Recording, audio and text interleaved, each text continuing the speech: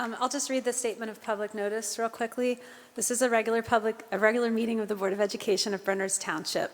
Notice of the time and place of this meeting was provided, and copies of the resolution were forwarded to the official newspapers as designated by the Board of Education and to the Township Clerk, and a copy of the notice was posted on the bulletin board of the Board of Education offices in accordance with the law. For those members of the public who are unable to attend our meeting in person, there are 2 live stream links of the meeting posted through the district website, www.bernersboe.com. The 2 links are both showing the meeting. It's just a backup in case one of them has a problem. We very much welcome input from the public. There are 2 times during regular meetings that the public is invited to speak. Tonight's a little bit different because there's a 3rd time, which is for the budget, which I'll explain when we get to there. When you are speaking in the first normal public comment is for agenda items, so it has to be something that's on the agenda. And then the second one is for anything that you're interested in talking that's related to the schools. When you approach the microphone, please state your name and address. Each statement made by a participant shall be limited to 3 minutes duration. No participant may speak more than once during a given public comment session. In order to run efficient meetings and to allow maximum opportunity for members of the public to speak, the board reserves the right to set a different time limit for individual comments and/or set an overall time limit for the public comment portions of the agenda. All statements shall be directed to the presiding officer. No participant may address or question board members individually. As a courtesy to those individuals unable to attend our meetings in person, public comment may be made remotely through Zoom. Interested individuals should navigate to the district webpage, www.bernersboe.com, and select Board of Education, followed by public comment to review the specific instructions, or click on the link that's listed here in this agenda. Public comments made in person will be processed first, then comments via Zoom. No public comments will be accepted before 7 p.m. or after the last item board forum of the agenda begins. Please understand that public comment portions of our agenda are not structured as question and answer sessions, but rather they are offered as opportunities to share your thoughts with the board. The board or administration will respond to public comments to the extent possible. Any board responses to public comments will generally be addressed during board forum or during committee reports. However, all comments are considered and will be investigated and addressed as appropriate. Please be courteous and mindful of the rights of others when speaking. Comments may not be abusive, obscene, threatening, or irrelevant. Please understand that students and employees have specific legal and privacy protections.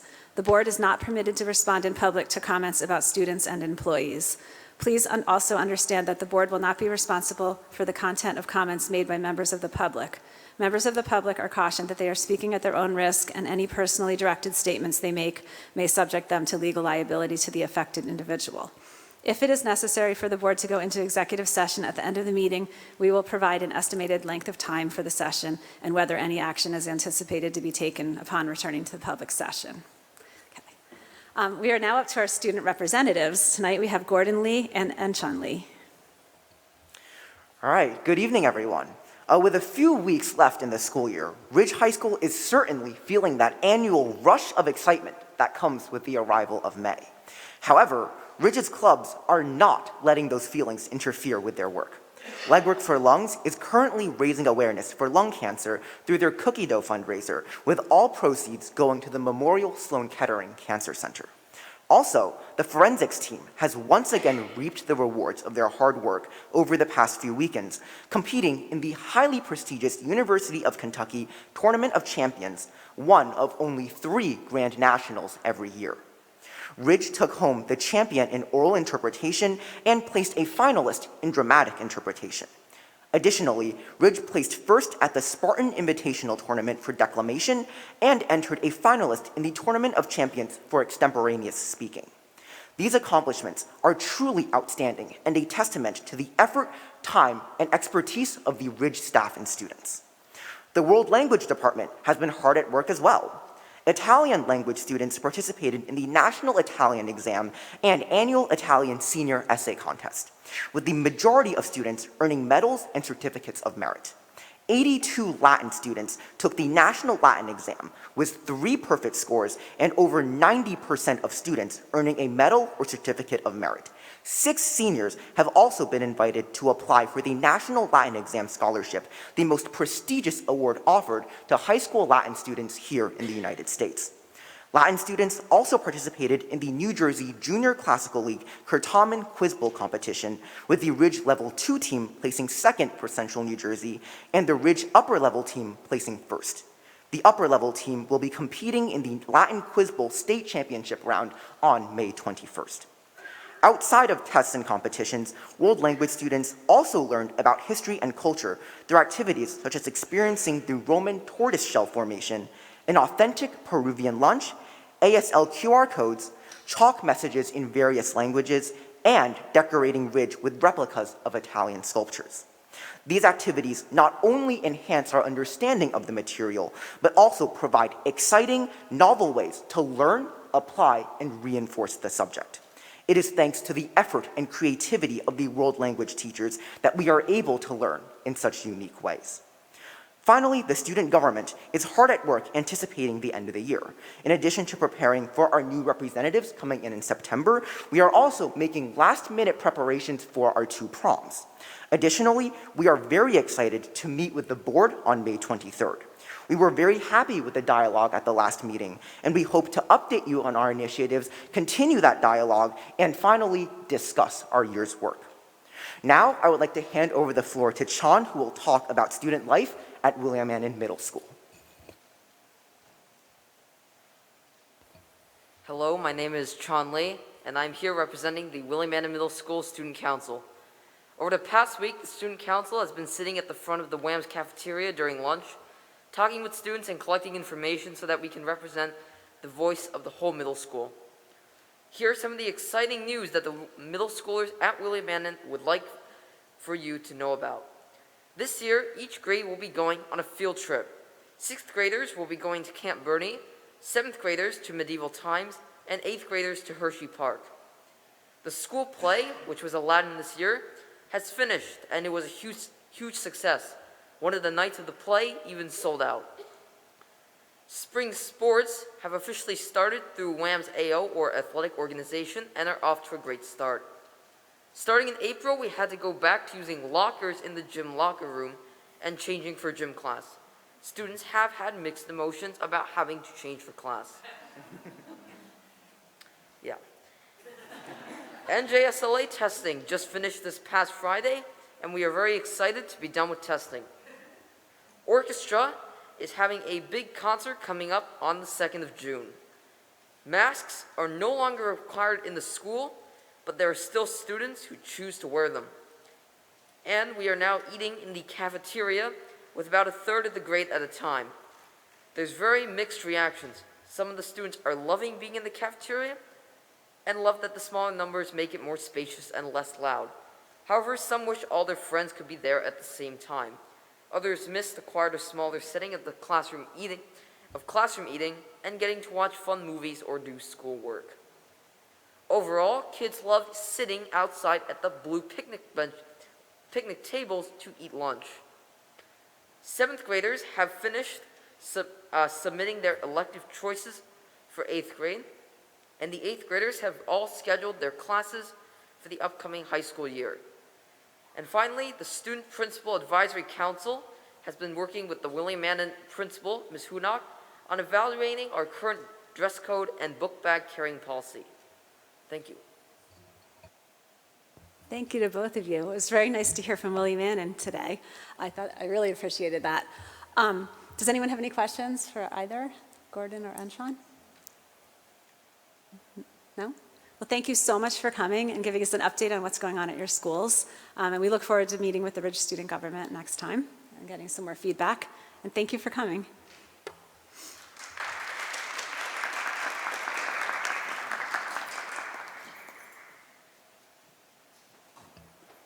Okay, I just have one really quick comment before we go down to watch the presentations. I just wanted to thank everyone who came out to the VT Connect meeting last Monday. We had a really huge turnout of staff. We had lots of teachers and administrators come. We had some community members too. We were a little disappointed we didn't get more because we thought it was a missed opportunity for the parents and community members who have been asking for more communication and collaboration. But we really had very productive conversations. We broke into small groups to talk and brainstorm ideas for communication and collaboration. And Mr. Mercarian has collected all the feedback and will be bringing those ideas to different committees and having further discussion on those ideas. Our next BT Connect meeting is next week, May 23rd, and that one is on technology and education. And we really hope that people come out to that so they can talk firsthand with the teachers and staff members that are there to hear what's going on. The 16th? I'm sorry, I wrote down the wrong date. Okay, so next week, the 16th, is the Burners Connect meeting, and then the following one is our board meeting. So we really hope that people come out and get to hear firsthand from their children's teachers when they meet with them. Okay, we're going to go down below now for the presentations.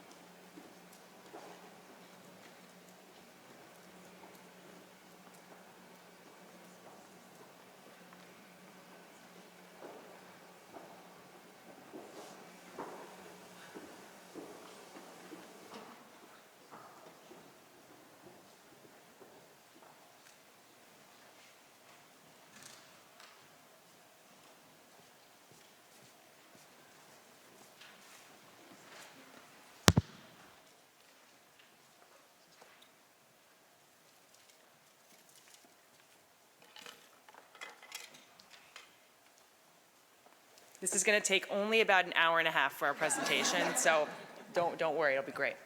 My name is Kathy Stotler. I'm the supervisor of World Languages and ESL here in the district.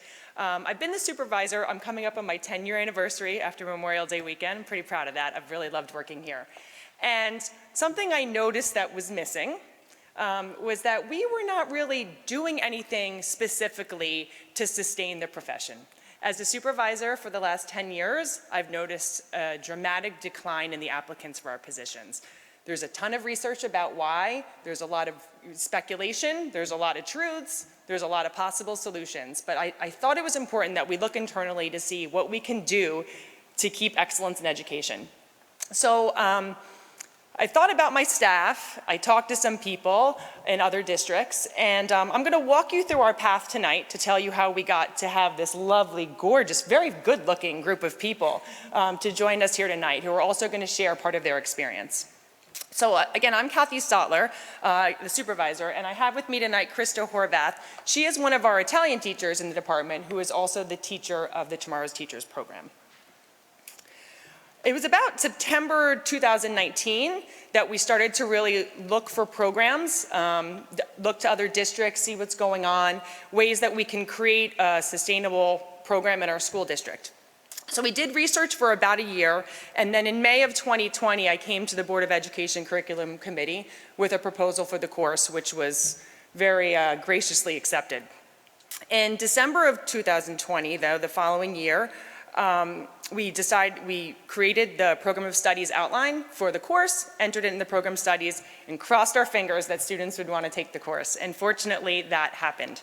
In June of 2021, Ms. Horvath attended a program at the College of New Jersey. Well, it was virtual, right? It was virtual because of COVID, right? But so she attended a program hosted by the College of New Jersey, who are the main supporters of the Tomorrow's Teachers program for high schools in New Jersey. The program actually comes from South Carolina, but its roots in New Jersey come out of the College of New Jersey. That summer, we finalized the curriculum, and this September, we started the course. We had 11 students take the course, which is a pretty solid number for a first-year course, and we're really proud to say that next year we've doubled that, and we have 22 students who are enrolled, really. And I think it's a testament to the teacher and to the students here who are out there telling their friends what a wonderful course it is, and you're gonna get to hear from them tonight. You're also going to get to hear from some of their cooperating teachers who can share with you the experience of having a Ridge student in their classroom and district. One of the additional perks to this program is something that Ms. Fox has really been focused on the last few years, is providing opportunities for students in Ridge High School to enroll in dual enrollment programs with universities. Students who elect for this have to meet the criteria set by the colleges and then have to pay for $250 for the credits, and at the completion of the course, and Ms. Horvath will explain to you the assignments that they have to do, earn 3 college credits. I looked at several universities. I met with a lot of directors from different programs. We finally opted for Keene University, and I couldn't be happier with the support they provided us. They Zoom with the students. They're getting a real good look at what it's like to be a college student. They had to go online and register for the course themselves, so they became familiar with that process. So even if teaching isn't, you're going to hear from one of these ladies who might not want to be a teacher, but she will speak about how this course is helping her. But in any case, they're just gaining incredible skills to prepare them for college. They're learning what it's like to enroll. They're learning what it's like to deal with college professors. They're learning what it's like to write a pretty serious term paper. So there's a lot more to this course than just becoming a teacher. It's preparing them truly for future readiness. So at this point, I'm going to pass the mic over to Ms. Horvath, who's going to talk to you a little bit about the curriculum and what the students have been doing for this year. Thanks, Kathy. So as she mentioned, the girls actually today finished their term paper, so awesome job. It was, yeah, definitely. It was a long haul, and I'm incredibly proud of all of the work that they've done so far. So as you can see, these are some of the overarching course objectives, and they include preparing students for college and career readiness, building a desire to pursue education as a career, and fostering relationships between high school and elementary school students within our district, which is a really nice opportunity. So the Tomorrow's Teachers curriculum follows the 11th edition of the course text called Experiencing Education, which aims at providing students in high school with a college level teacher preparatory experience. So our school year is pretty much broken up into 3 main parts. So the first part, or our main phase, or our first phase is we begin with an in-depth exploration of educational theories while also reflecting on our time as students in all the different grade levels. And then we focus on implementing these theories and practices into the classroom setting by studying all of the elements of teacher life. So lesson planning, instruction, classroom management, and assessment. And then we conclude the school year by analyzing different elements of the teaching profession and preparing for applying to actual teaching jobs. Mrs. Stotler had mentioned that there's field work experience as well. And so one of the things that makes this course unique is that students are required to complete a significant amount of fieldwork hours in other schools in the district. They have to complete a total of 50 hours through the course of the whole school year. So we broke that up into 2 sort of different kinds of experiences. So in the first half of the year, the students are visiting classrooms and they are strictly observing. So they are sitting, taking notes about what's happening. And we had over 37 teacher volunteers in the district, which was incredible. And it really gave us a wonderful opportunity to see all the different grade levels. We were in multiple schools. We were in every single school in the district. And the girls got to see a wide variety of disciplines as well. And then for the second semester, students select a grade level and discipline that they felt particularly drawn to, and then they were matched with 1 cooperating teacher. And they stayed with that teacher for the remainder of the school year. And so they were able to really build relationships, and they could take on more responsibilities, so including working in small groups, doing read-alouds, co-teaching, and finally planning and implementing their own lesson. It's been incredible for me to see my students fall in love with teaching. Every time that we were back in class after an observation, they were bubbling with amazing stories, and they had just such positive experiences to share. It was so wonderful to see, and that's really a testament to the kinds of teachers that we have in our district. And a few of my students are with us tonight, and they're going to share some of their experiences with you.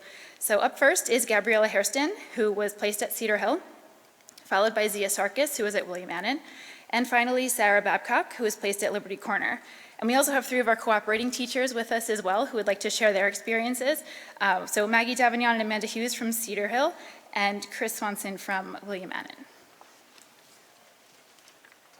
Hi everyone, I'm Gabriella and I'm a senior, and I'm so thankful to have Mrs. Horvath as the teacher to guide our class into becoming such amazing teachers. Through our observations every C Day, this has been an eye-opening experience to be able to see things from a teacher's perspective. It's easy to assume that teaching is an easy job, especially from the student's perspective. But from witnessing the amount of preparation and management behind each school day, teaching is much more complex than it appears. I'm enrolled in Mrs. Horvath's Italian culture class, and as a student, I'm able to see her apply the classroom management skills, assessments, learning styles, and much more she teaches us about in Tomorrow's Teachers. This class has taught me so much in being able to identify and appreciate these skills in teachers, and as well as being able to hopefully utilize them in my own teaching one day. Hello, I'm Zia Sarkis. I have been observing Mrs. Romano at William Minna Middle School, which is a 6th grade science class. I've also worked with Mr. Swanson on occasion. So I think that the main thing that I've come away from this course with is key values such as responsibility, organization, and leadership. And personally, as someone who is not actually going into education, I'm going into environmental engineering. I plan on using all of these values that I've learned. I plan on using leadership and management in team leading and if I manage a team. And I think that today teachers are needed more than ever because a lot of students have lost important developmental years in school due to the pandemic, and so they need teachers to guide them back on track. And like Gabby said, Ms. Horvath has been an amazing mentor for us to learn about teaching and all of the other life skills that we've come away with from this course. Hello, my name is Sarah Babcock, and I'm a junior at Ridge this year. My whole life, I've known that I've wanted to be a teacher, and the second that I saw this class in the program of studies, I just knew it was a class that I had to take. I have loved being able to learn about so many different parts of education, from assessment to classroom management to curriculum, and then being able to see it a couple days later during an observation at the elementary, middle, and high school levels. I feel so grateful to be able to see teaching from such an incredible perspective in our district. I have seen nothing but the best from the many teachers I've observed, and I would like to give a special thank you to them for opening up their classrooms to me this year. I feel honored to have been a part of the inaugural class of Tomorrow's Teachers, and I would like to thank this class for helping me begin to visualize myself as a teacher in my own classroom someday.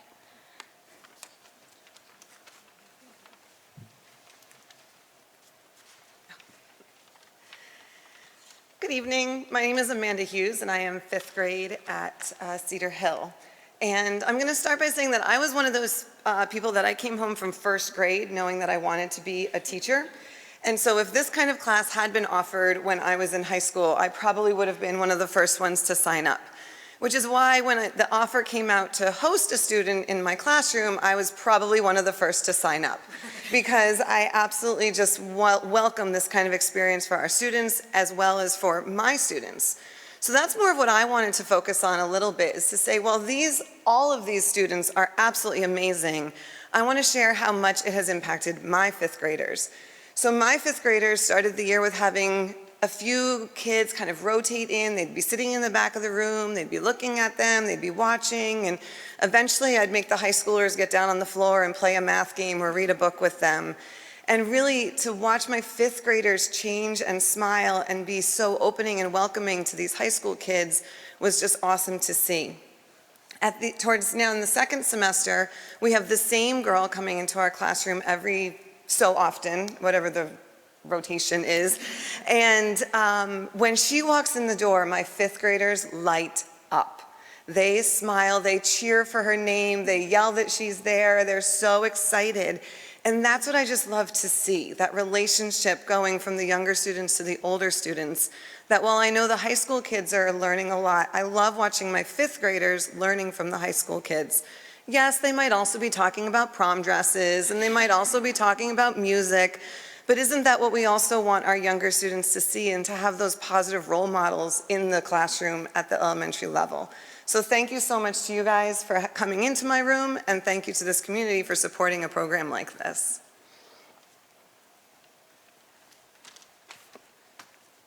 I am Maggie Davignon. I teach at Cedar Hill also, but I teach kindergarten, the total opposite end. Like Amanda said, we were thrilled when the high schoolers came in, because my kindergartners, we play outside every day because we still have playtime, and they see the high schoolers, and they wave at them, and they started waving back at us, and then all of a sudden they started coming in our classrooms. And they were so thrilled, like, we know you. In fact, the girl that we were with, McLean, she was in Matilda, and one of the kids during the performance is like, oh, hi, and he was so excited to see her up there. So what a connection between the high school and the elementary schools. And so I'm a third-generation teacher. My daughter's a fourth-generation teacher. So teaching is part of our family. We love it. And what I wanted to do is I wanted to instill that teaching in my kindergartners. And when I saw the high schoolers come in and their love of my kids, which I call them my kids every 9 months, they're my kids, it was amazing to see, and the connection and how, like, McLean would get down on the floor and play with them because they are kindergartners. We also have playtime. She engaged with them outside playing. For our struggling learners, we all have them. She would sit, and actually, Gabby, you were in my room too. Yeah, they would sit and work with these children on how to spell, and it just gave an awareness to these high schoolers, like where they were 12 years ago. There's so much that I know McLean brought, because I'm going to focus on her. She brought kindness, she brought humor, she brought compassion, and she also brought this fear of the high school. Like, I walk in the high school, I'm scared to death. This is like so different for me. And she brought that into my kids, and they can walk in the high school and be so happy because, like, oh, McLean was here, we know this. And that comfort level, especially with what's happened in the last 2 years, these kids are preschoolers. A lot of them didn't go to preschool. A lot of them were virtual. To have this hands-on experience was amazing. And, you know, kindergarten is that foundation year. It's the year when you have to instill that love of teaching because they're going to be, the love of learning because they're going to be doing it for the rest of their lives. So thank you. This is a great program. I'm so glad that Ms. Hughes and Ms. Davignon spoke about those connections because that's what I was going to talk about as well. I'm Chris Swanson. I'm a middle school teacher. One of the challenges of middle school, as you can imagine, being a middle school teacher, is nobody ever wants to come back. It's the awkward stage, it's the clumsy stage. We all laughed a little bit when Chun-Li was talking about some of the issues that they're worried about. And a lot of the memories that they have are not ones they want to revise. So when Ms. Horvath suggested that we could have some of our students come back, many of us jumped on that, and it was a total home run. It was such a pleasure to see these young adults, the poise, the charisma, and the energy that they brought to the class was just fantastic. But as you were saying before, the thing that really, really mattered was the connections that they made between the middle schoolers. You think this is the time, these are the ones who are still in that awkward stage, and they're able to look at some of their peers, their more mature peers, they're 4, maybe 6 years older than them, and to think that, wow, these are kids who made it through our experience, who made it through middle school. We can do it. And not only did they make it through, but they came back, and they came back to teach us. And I'll tell one quick story. I have one student, very withdrawn, very quiet. Comes in, hi, how you doing? Not a word. On the way out, did you have a good day? Nothing. Michaela Parati, the day she spoke, the day she did her lesson, did her little lesson thing, this young lady who never said boo, on the way out, she tapped her on the shoulder.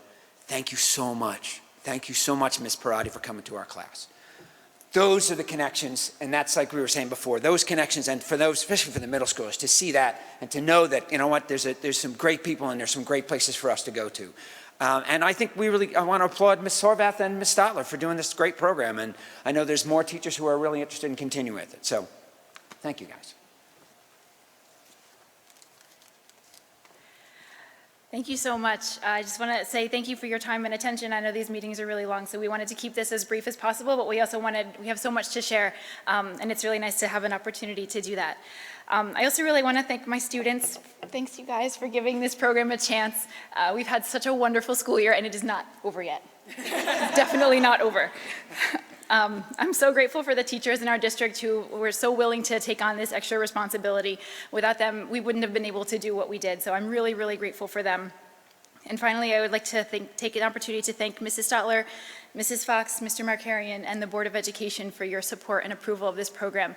It's been such a wonderful year, and we've made really great strides, and I'm so excited to see where we go in the future. Thank you.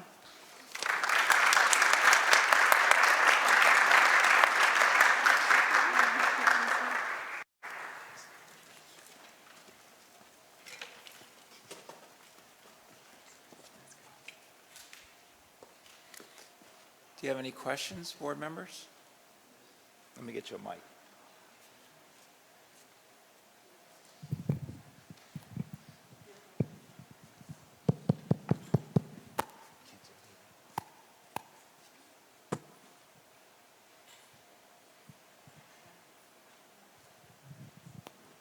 Just before everyone walks out the door, I just want to say thank you, thank you, thank you, thank you. Thank you to the students, because I know they want to go home, but also, no, that's fine. Thank you to Ms. Stotler for bringing this to the Board of Education Curriculum Committee, and to Ms. Horvath for bringing it to life. I think it's just so amazing and so very much what we need, and it's exactly the kind of thing that makes me love being a board member. I have a daughter who's an educator and one who's in school to become an educator, and we didn't have this, but we had teachers willing to do the senior internship weekly, year-long program, and I think this is a brilliant complement to that, especially I didn't realize juniors could take it, but I think that's amazing, and I hope there's room for lots more sections. I really do, and thank you to all of you, to all the teachers willing to open your classrooms up. You have no idea the difference you make every day to some child, so thank you. I agree with everything that Mrs. Gray just said. I get students at Rutgers who, some of them are the ones who wanted to be a teacher ever since they were in, second grade, and some of them are just kind of experimenting, and they don't get to have this kind of field experience until junior year of college usually, sometimes sophomore year.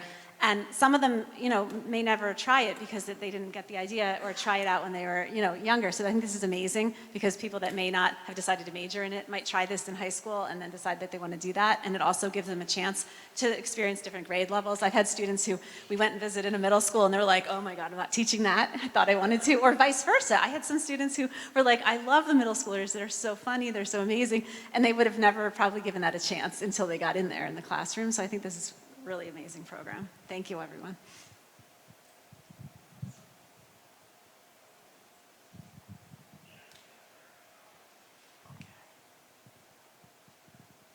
Thank you, Mrs. Stotler. Our teachers back there, thank you guys for coming. Maggie, Krista, thank you so much. Mr. Swanson, thank you guys for coming. I think it foreshadows something that we want to talk about a little later in the month, actually, and that's some of our efforts to work on one of our goals related to showing kids more opportunities about career, and this obviously hits that nail on the head. So thanks for your work on this. All right, so we are going to make a little bit of a transition here.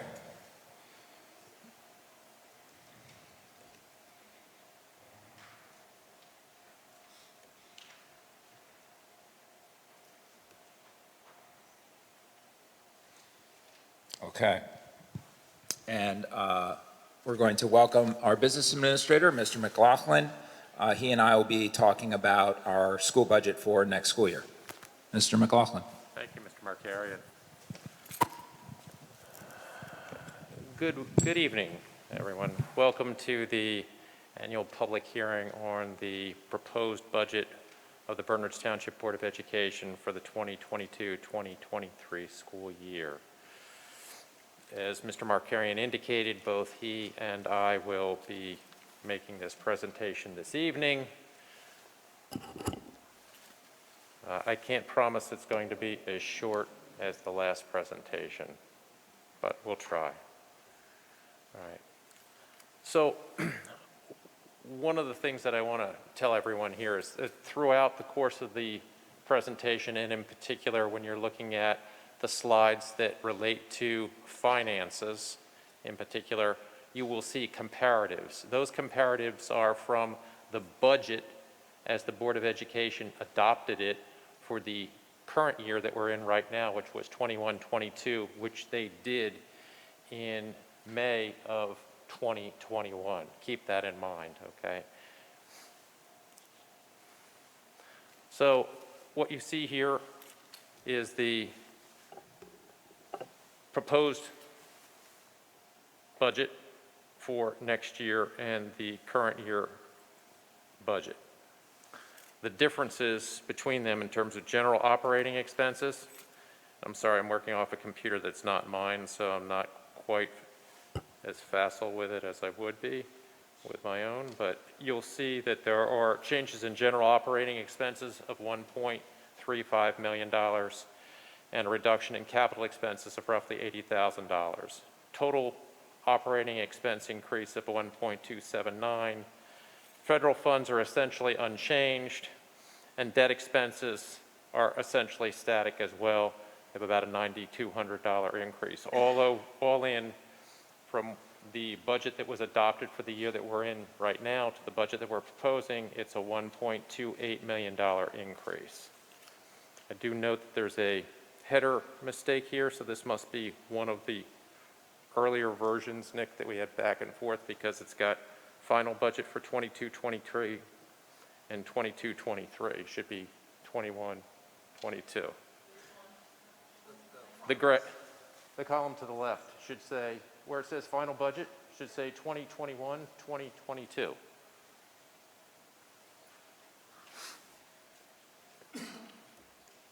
Okay. So this is a breakdown of the general operating expenses, the grant changes, and debt expense changes. Overall, as you noted in the previous slide, it's a $1.28 million increase. $401,000 of that relates to salaries. Major drivers there are contractual increases and the cost of extended school year and substitute costs. Health benefits, which I'll talk a little bit more about as we get into this presentation, is up $972,932. Instructional supplies and services increases are $144,529. The majority of that is in instructional software. There's a lot of software that's utilized in the curriculum these days, and it's increasing at a rather rapid pace. So that is what the driver is for that. Support services, supplies, and professional services. These are going to be things, when I say support services, things such as guidance, such as what goes on in nursing and things of that sort. So if their supplies are up, that could be just a one-time, but in this case, it's a decrease of $41,000. In terms of professional services and telecom services, an increase of $21,000 roughly, rounding up. What's in professional services, I think telecom is pretty obvious, would be things like legal services and auditing fees. Pension and unemployment, up $194,000.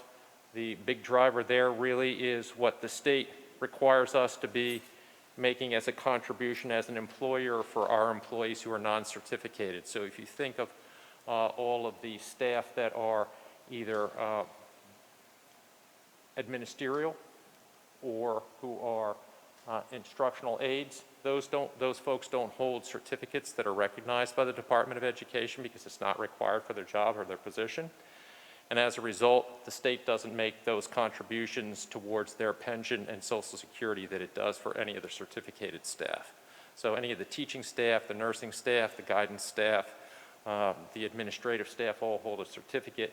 The state pays that share there. But the state does dictate what the reimbursement rate is, and because of the way the state is managing its costs and operationally, its pension fund, we're seeing large increases in what they're asking us to contribute towards for those employees, towards their pension. Current capital outlay is down $80,000. Really that's a result of a net change of a phase out of the last of a 5-year long-term lease purchase against the increases that we proposed. That long-term lease purchase was for technology. It was a $1 million purchase that we finally paid off in this current year. Facilities, grounds, and maintenance.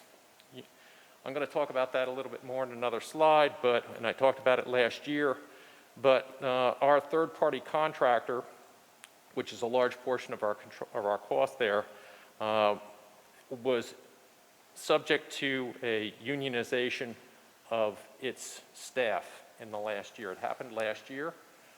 We worked through that with the union and the third-party contractor, where they phased in the cost over 2.5 years. But it's still a significant increase in terms of the wage rate, because in order to get the folks to vote for a union, they had to pay more than what the minimum wage was. and the minimum wage was already scheduled to go up significantly as a result of legislation that was enacted by the state legislature and the current administration in Trenton 4 years ago. So you had an inflationary factor on top of an inflationary factor, and in addition to that, they had an additional provision for some extensive enhancement of health benefits. Technology is a $72,000 increase. Primarily the driver there is the addition of additional security measures for the district's network and cybersecurity. Special education, out-of-district placements are down $757,000. The comment that I'd like to make about that is that we are allowed by the state of New Jersey to only budget what we know to be the placements at the time we do the budget. So right now, when we're doing the budget, we reach out to special education and we say to them, what are the known placements that you have? We have this that we've signed contracts for. Are there any changes that you foresee in those? And they tell us that. Beyond that, we can't guesstimate what an IEP, which is an individualized education plan review, which will normally take place between now and early mid-July, which is after the budget, may change in terms of a placement of a student. So it's a complement of placements and known costs for those placements as they exist at the time of the budget. Will they change? Sometimes they do, sometimes they don't. They go up, they go down. How do we deal with that? We deal with that by the extraordinary aid amount of money that we collect from the state. We wait for that amount of money, which normally we don't get from the state until August, and we set aside a certain portion of that so that we have it as a contingency in case there are additional costs that we incur. We're up to the debt service. We'll see a little bit of that more, talk a little bit more about that as we go forward, but it's up $9,200. It's essentially flat year over year. When you see the slide that I have for what the debt levy is and the general fund levy, which are two different components of what the tax levy is that we request from the town, you'll see that it's been relatively static for the last 5 years, and with the planning of the board beginning in 2015, it will remain flat now through the payoff of that debt, which happens in 2030. Finally, we're up to the big $30 change in federal grants, and there's nothing to be said about it. It's just the way the numbers fall. The next piece I'd like to talk about a little bit is the fact that in addition to, and we'll talk about revenues in a few minutes in more detail, in addition to those state aid and tax levy pieces that make up the largest share of our budget, the third largest piece really is what we set aside every year from fund balance. We set aside and reserve money to offset what would otherwise be a need to reduce program level or to somehow go to the state and ask for an adjustment to our tax levy upward. So while we have an audited amount that we set aside of $4,015,000, we decided in balancing this year's budget to add an additional $475,000 to it because we felt that that was a viable thing for us to do with where we were going to end our fiscal year at the end of last year, and also in consideration of the tax concerns that are going on for everyone, I think, you know, in this state. So let's talk a little bit about revenue, because the state requires us obviously to have a balanced budget. And the revenue really is the outside parameter. It determines how big is the pot of money that you have, right? So fund balance, I just talked about that a little bit. It's actually $268,000 less than what we appropriated in the current year. Current year is a little bit extraordinary because you have to go back and think about the fact that it goes back to 21, and when the state legislature gave us our budget numbers in February, when the governor in 21 promised us X amount of money, when the state legislature finally got around to enacting that appropriations bill, they gave us $475,000 less. So we ended up having to reach into our pocket and take that out of fund balance. It was not what we had originally set aside, but that's in the current year.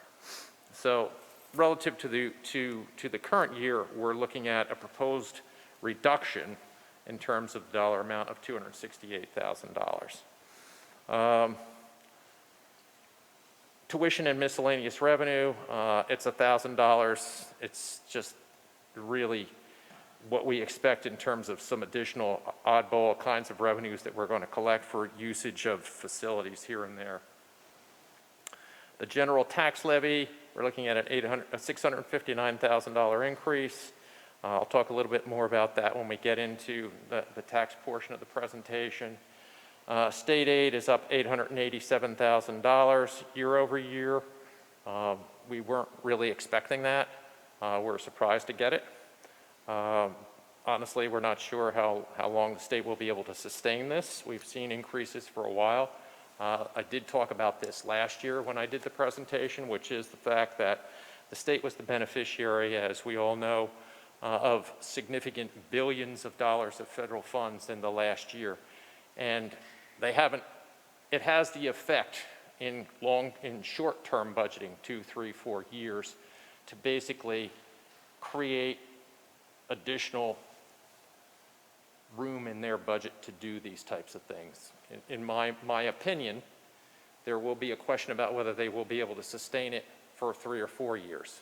But right now, we can only plan, and the state only allows us to do a budget for a year at a time. Federal grants, as I said, are essentially flat. I've talked about debt levy already. There was $1 left in fund balance, so sometimes due to rounding, 50 cents here, 50 cents there, you have $1 left in the debt service fund. We're required to zero that out, so you see that $1 there. And then we have the state debt aid. So the state of New Jersey gives us a certain dollar amount or percentage of aid for the bonds that we issued for projects that were eligible. They go back to the original projects that were done, most of which were the ones in the early 2000s that were done here when there were 2 tranches of bonds issued for about $60 million or so. And so we get all of $263,000 in help from the state for that. It's about $151 less year over year. And as you can see, the total revenue increase is equal to the total expenditures increase that we proposed. Now, major factors in the budget. The objective here in working with the administration was to present a budget that maintains current programs and services. Staffing levels, which Mr. Markarian will talk about, and in particular with respect to class size, will reflect the projected enrollment needs. District enrollment continues to decline. I'll talk about that in a few more slides that I have in the presentation here. The state mandated Chapter 44 health benefit programs continue to negatively impact the district. So when you think about that $972,000 increase year over year in health benefits, if we did not have the New Jersey Educators Health Plan, which the state mandated beginning in January of 21, and I'll talk about this a little bit more, we would be collecting roughly $800,000 more in employee contributions, because that's the level of contributions employees were making towards their benefits prior to New Jersey Educators Health Plan. So instead of having a $972,000 increase, we'd only be looking for a $172,000 increase, but we can thank the legislature for that help. Unionization of facilities negatively impacted the district. I talked about that a little bit before. It's now a union shop for Aramark, which happens to be the contractor of record. However, I want everyone to understand that the nature of a union shop is that regardless of whether Aramark had the contract or some other third party like Sodexo, anyone that would come into Bernard's now would be under the umbrella of that union. And so subject to the same constraints and cost issues that they face right now. Major district capital plans continue to proceed. I'll talk a little bit about the biggest one that we're undertaking beginning in June. And significant costs related to one-time and recurrent and non-recurrent, it should say, pandemic-related needs have been largely offset by one-time federal grants. I have a slide that goes through that. Okay. So I mentioned already sustaining programs and services. Services and programs from the current year are maintained in the budget that's proposed for 22-23. The budget supports ongoing efforts to complete district goals connected to the strategic plan and key components of the strategic plan, including professional development of staff, student competence, safety and security, as well as communication and collaboration, are part of what is integral to the program and structure of this budget.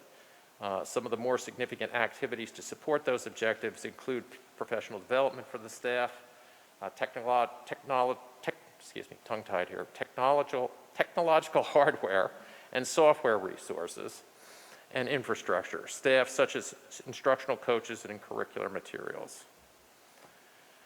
There are some expanded opportunities in the budget. I won't go through everything that's on the list here, but enrichment, gifted and talented programs, also known as Quest, is expanded. Expansion of our handwriting without tears program into grade 2, as well as the second year of our new word study program. We have the addition of a second ELL course for students identified with this need. At the high school level, it's going to continue to support the rotating drop program as well as the wellness program. Talked a little bit about enrollment decline. The statistics that you see here are a measure that is taken or is required by the state in October of every calendar year. So in October, in mid-October, we're supposed to take a snapshot of the students on roll, and that is submitted to the state. They use it to calculate the state aid that they're going to give us, because it is part of the computational process that they use to calculate individual categorical aids that they're going to give us, the types of heads they count, basically. But in total, you can see that in October of 2016, we had 5,518 students, and as of October of 21, we were down to 4,700 students. So an 809 student change, a decrease over 6 years. That's not our high point in October of 16, because I've been here for 10 years in June, and our high point was roughly 5,700 students. Okay, so I have to turn around to look at this because it's too small on this screen, so pardon the back of my head. What you have here is a multi-year, 6-year look at a couple of key data sets. One, the enrollment numbers that we were just talking about, and you'll see in that first row those numbers that we just talked about in the previous slide. Thanks, Nick. What you'll see on the second row is what the projected enrollment is for the budget for the 22-23 year, 4,860, but that number relative to the 6-year trend is still an 11%, almost a 12% decrease. I will tell you that the 4,860 is predicated on a combination of things. It takes the district's demographers report, which is Dr. Richard Grip, who's done probably 80 school district demographic projections in the state of New Jersey, so he's pretty well known for what he does. And then it looks at any variables that we see in terms of, in particular, our enrollments in kindergarten or our enrollments in special ed. And we take a, we'll modify it slightly. Classroom salaries and benefits, as you can see, are continuing to go up. General classroom supplies and textbooks are up year over year. Classroom purchased services are up year over year. And total support services for students are only slightly down. They're down from 3,370 in the current year, proposed actual budget that was adopted, to 3,226. But I would compare that, if you would, to what our budget was in 2021, where we had 4,845 students and we budgeted $3,219. So, for roughly 15 more students, we have slightly more than what we did 2 years ago when we had the same amount. So we're fairly confident in these levels of classroom resources. Turn this off.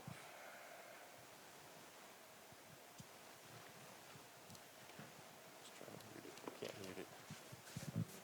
You want to have feedback. Okay, I've touched a little bit on Chapter 44 already in a few different ways, but that law was signed into effect by the governor in July of 2020. We had the first open enrollment for it in January of 21, and effective this January of 2022, 375 of the district staff are enrolled in that program. This is a 19% increase from the prior year. As I indicated, the estimated increased cost was preliminarily determined to be $800,000 annually in lost contributions. That plan also called for the creation of something called the Garden State Health Plan. That plan, just as of last Friday, has been announced, and we have to offer enrollment for that as of this July. We don't know what the fiscal impact of that program is going to be, because we would need to see how many staff will enroll in it, and we would also need to then have claims experience against it. What I can tell you about it is that it will continue to impact us in all likelihood negatively for the following reasons from what we can see preliminarily. The level of contribution, that is the maximum contribution, say for a family plan with $125,000 staff member salary, is only 7% under the current New Jersey Educators Health Plan. The Garden State Health Plan says if you elect that plan and you have family coverage and you have the same wage, you'll only pay 3.6% towards that of your salary. So it's basically half across the board. Whatever we had in New Jersey Educators Health Plan, the employee's contribution drops by 50%. The state's argument is that we will expend less for these claims because it really doesn't have an out-of-network component. However, we in Bernards Township do what only maybe a dozen other school districts do in the state, which is we self-fund insurance, because self-funding of insurance saves us a significant amount of money. We're not paying for the markup, if you will, that a Blue Cross Blue Shield pays. We're the bank, basically. We also save, as a result of doing that, about 3.5% of the Affordable Care Act fees that are charged to private insurers because we self-insure. But what I can tell you is that when we look at these, so we have all of the data that comes in, and we can see firsthand kind of where the expenses are. And while we don't know individual situations, we can see kind of broad strokes how the costs are being incurred for the claims, because we pay the claims every week. And the majority of the claims for most of the people that we pay are going to be for stuff that's day to day and week to week. I have to take my child to the doctor to get, an annual checkup. I have to go for an annual checkup. I need a measles shot for my child, or we fell and I strained myself and I've got to go in and have them take a look at my back. You're going to go in state for that. You're not going to go out of network. So I don't think we're going to see the savings that the Garden State Health Plan projected we're going to see. And I think that that's consistent with the failure to see savings that the state said we were going to see with the New Jersey Educators Health Plan. The biggest challenge for us is that the state of New Jersey has said this is not something that we can opt out of. They said it's mandatory. They said that every school district and every government must offer it to their staff. And not only that, but if you come into the staff, into the district, let's say you're coming to this district from another district, and you've been a teacher for 15 or 20 years, you don't get a choice. You must go into that plan, the state of New Jersey says, and you must stay in that plan for up to 7 years before you can opt out. So, a little bit about Chapter 44. Unionization, as I noted already, and I think I really touched on this, we're phasing in the increased costs over 2.5 years. They're significant. The significant increase are really in wages, because those wages are on top of what the state had already done in terms of a 4-year phase-in to maximize hourly wages to begin with, and also health benefit provisions that the state did not dictate, but if you're going to get a union shop in, the union has to offer you something more than what you can get without them. And so that's one of the things they offer, and they got the employees to vote for it. It's now a union shop. State aid, as I indicated, is up $877,000. The district is utilizing this entire increase to reduce the local tax levy. We are not expending any of it. We use it to offset the operating costs instead of raising the tax levy. So let's talk a little bit about that. Again, I've got a bar that's back here. I think it's still on. The screen is just too small on that computer. Really want to focus on the bottom row here. You've got 12 years of tax history. What you can see is a proposed increase, as I noted early on in my presentation, of $659,000 in taxes for the general levy. That's 0.73%. The debt service is what you see in the column labeled debt service fund levy. And that's $5,115,000. It's a 9,300. There's this extra zero in there. See, this is not the version that we had, Nick. $9,350 increase. It's a total percentage increase of 0.18% for the year over year. So if you were to compare the combination of the 91,314 and the 5,115 back to what's above it of 90,655 and a 5,105, that's a 0.18% increase year over year. The net taxpayer effect is a 0.699 increase in terms of the average, the rolling average. In the past 11 years, the district's reduced its debt levy by 11.4% and increased its bond rating to AAA. We were just recently re-rated in the spring, and we still maintained our AAA bond rating. That puts us in a rather small group of districts. The reason that we have it is because of the conservative budgeting. Is basically, if you look at what Standard & Poor's says when they review us and they give the report, and because of our balance sheet. They take a look at our balance sheet and they say, okay, you've got a reserve for maintenance, you've got a reserve for capitalization, you've got a reserve for health benefits. As I said, we're self-insured for health benefits. Well, that's an $18 million a year cost to this district, health benefits.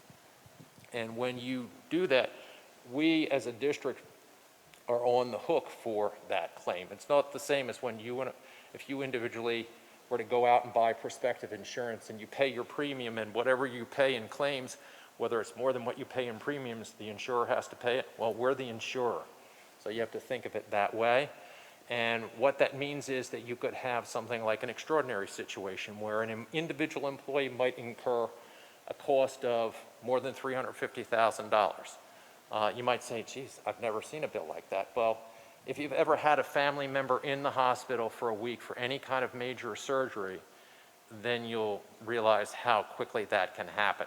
Or let's say, you were in a situation where, you had a child that was born, prematurely. That can be very expensive. Any of these things can happen. They happen on a regular basis, and we have over 800 employees, and those 800 employees between children and other dependents actually mean that we're ending up covering the cost for roughly 2,100 individuals when you think about it, okay? Because that's actually what it amounts to. So out of that pool, you can have those costs. And if you have something that's in excess of, say, $350,000, we have an insurance piece that kicks in for that. It's called, we do just what Blue Cross and Blue Shield would do if we were Blue Cross and Blue Shield. What they do is they basically share that risk with another insurance company. They get something called stop-loss insurance. We procure stop-loss insurance. But that's also another way that we save money here, because we can set a slightly higher threshold for stop-loss than, say, Blue Cross Blue Shield based on our review of looking back 10 years of our statistical claim data and say, we can have a higher threshold level, and when we take that higher threshold level on our stop-loss, we actually end up paying less overall for that component of our insurance than we would if we had Blue Cross or Blue Shield. But to be 100% protected, and for the district and the board and the public to not have to be at risk if we were to have some extraordinary set of claims, we do have an emergency reserve.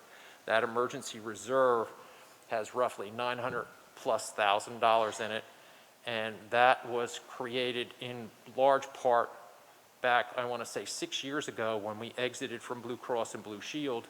We had a contingent liability on our books for runout for them. So what's runout? Runout is what in the insurance business they refer to as those claims that were incurred prior to but not paid for before the end of an insurance cycle. So if an insurance cycle ends on June 30th, as ours do, they run on our fiscal year. State of New Jersey says that claims that were incurred prior to that June 30th period can be presented to the insurer up to 18 months after that period.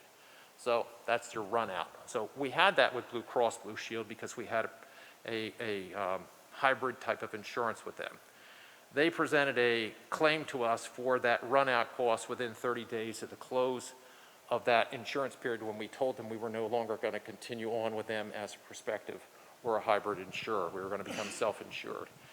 And what I said to them and with our brokers was that, well, okay, show us the claims that you have that support that, because it's supposed to be for claims that you're going to get over the next 18 months.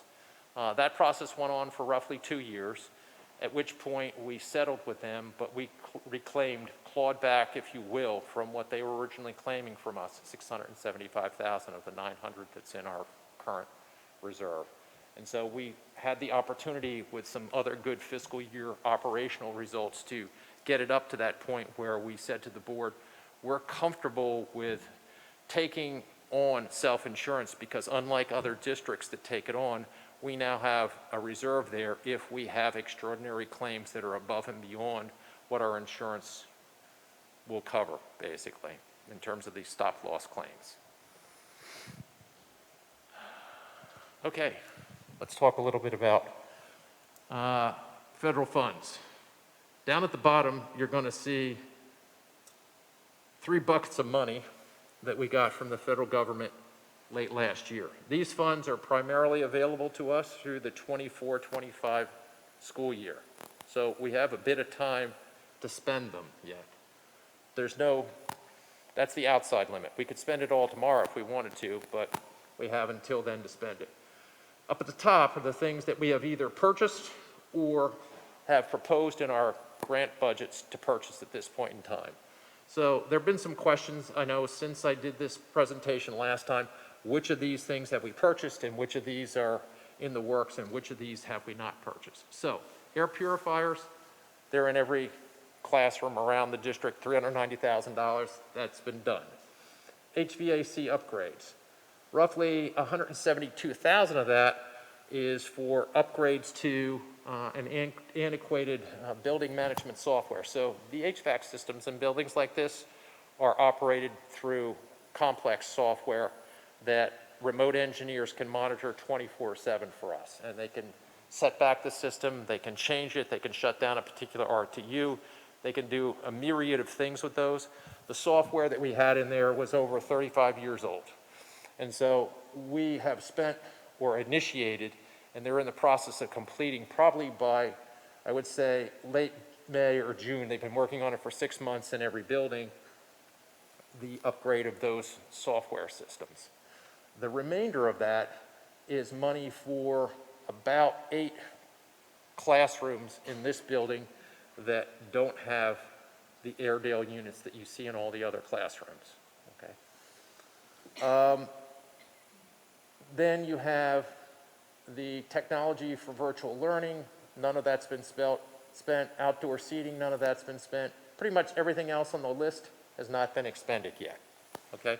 But those are things those are the descriptors of what we have in the grants that have been approved as to how we would spend the money. I talked a little bit up front about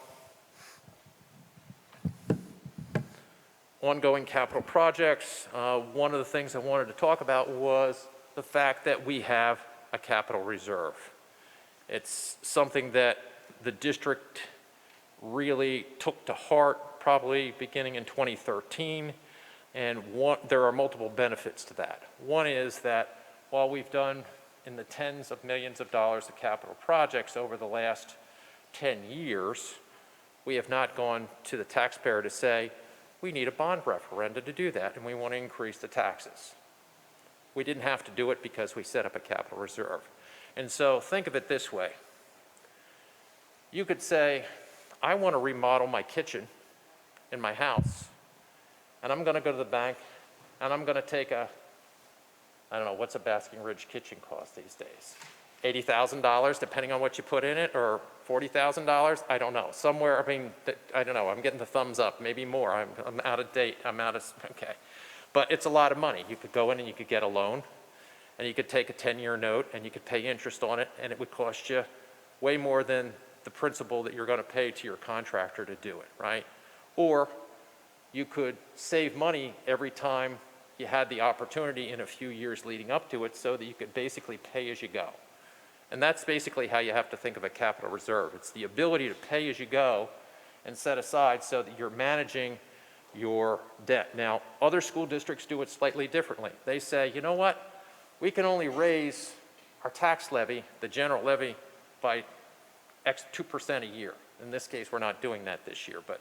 But now we have to choose between, we need to do $300,000 project over here, or do we do ESS in the high school, right? Or do we do X number of, of other, what other program or service in the district do we have to cut? Because you only have X amount of money, right? You can only raise it by X amount. So if the state isn't giving you any increase, and if you've got contractual increases and you want to sustain your programs, then they have to choose. We don't do that. We don't have to choose because we have the capital reserve. It's outside of the budget. It's independent of the budget. It doesn't incur an additional levy to do it, okay? So there's an operational benefit to us for having that because we don't have to make a decision about what program services are going to ebb and flow in a given year in order to make a capital project happen, and we don't have to go to the taxpayers and increase the tax levy in order to make a capital project happen. That said, the Oak Street is funded completely from two sources. It's the last of a series of School Development Authority grants, which I applied for, I think, in my second year here, most of which were to install upgraded HVAC systems in all of our buildings that had the older ones that were 35 to 40 years old at that point in time. That was completed with the last phase of that being the William Annan School the summer before we got hit with COVID. And the last piece that remained was to redo the old section of roofing at the Oak Street School. So the SDA, and this is another benefit to having a capital reserve, when those monies became available, a lot of districts had to pass referendum to get the matching funds. We had enough money in our reserve at that point to say, you know what, we're just going to go right ahead and apply for it because we've got matching funds in our capital reserve, and we did that. And so the SDA will pay 60 cents on of the project, and we'll pay 40 cents for every dollar. Or, no, excuse me, it's the other way around. It's 40-60. What are we doing? We're removing the existing shingle roofing system and replacing it with new shingle roofing. We're removing and replacing existing cornice, gutters, downspouts, and trim. So in the areas that you see, whoops, I'm looking ahead on the wrong screen, that you see grayed out, so that area immediately to, depending on which, to my right here, okay, is the area that is the auditorium. And what you see at the top end there would be the columned facade that faces out towards Oak Street. Then you've got some flat roof. There's nothing to be done with that because that was redone relatively in the last 10 or 15 years, and it's got a 25-year lifespan in it. And then you've got the remainder of the old section of the building, basically. I'll show you some photographs in a minute so you have a better orientation on it. But these are the areas that are affected in terms of the roofing. So again, you can see here immediately, but right there's the auditorium. You can see the spire, which actually was done, I think in 2012, right, Nick? Is it 2012? We did the spire, yeah. And then the Oak Street facade. The back, basically, section of that old section of the building, what you're looking at here where that truck is parked, You're looking at it basically from over where the gymnasium and cafeterium are, if you know where they are, the cafeteria in the back, okay? And then you can see the trim work, the level of how basically eroded and degraded it is basically in some of these lower photographs here, including finally the cornice piece, which is that white octagonal piece there. You can see it's just, that's the weathering on the inside of it. It's just plywood and leaking. So that is the project that will begin in mid-June and will be completed before school opens next September. At this point, we're ready to talk a little bit about personnel and enrollment, and I'm going to turn it over to our superintendent, Mr. Marcarian.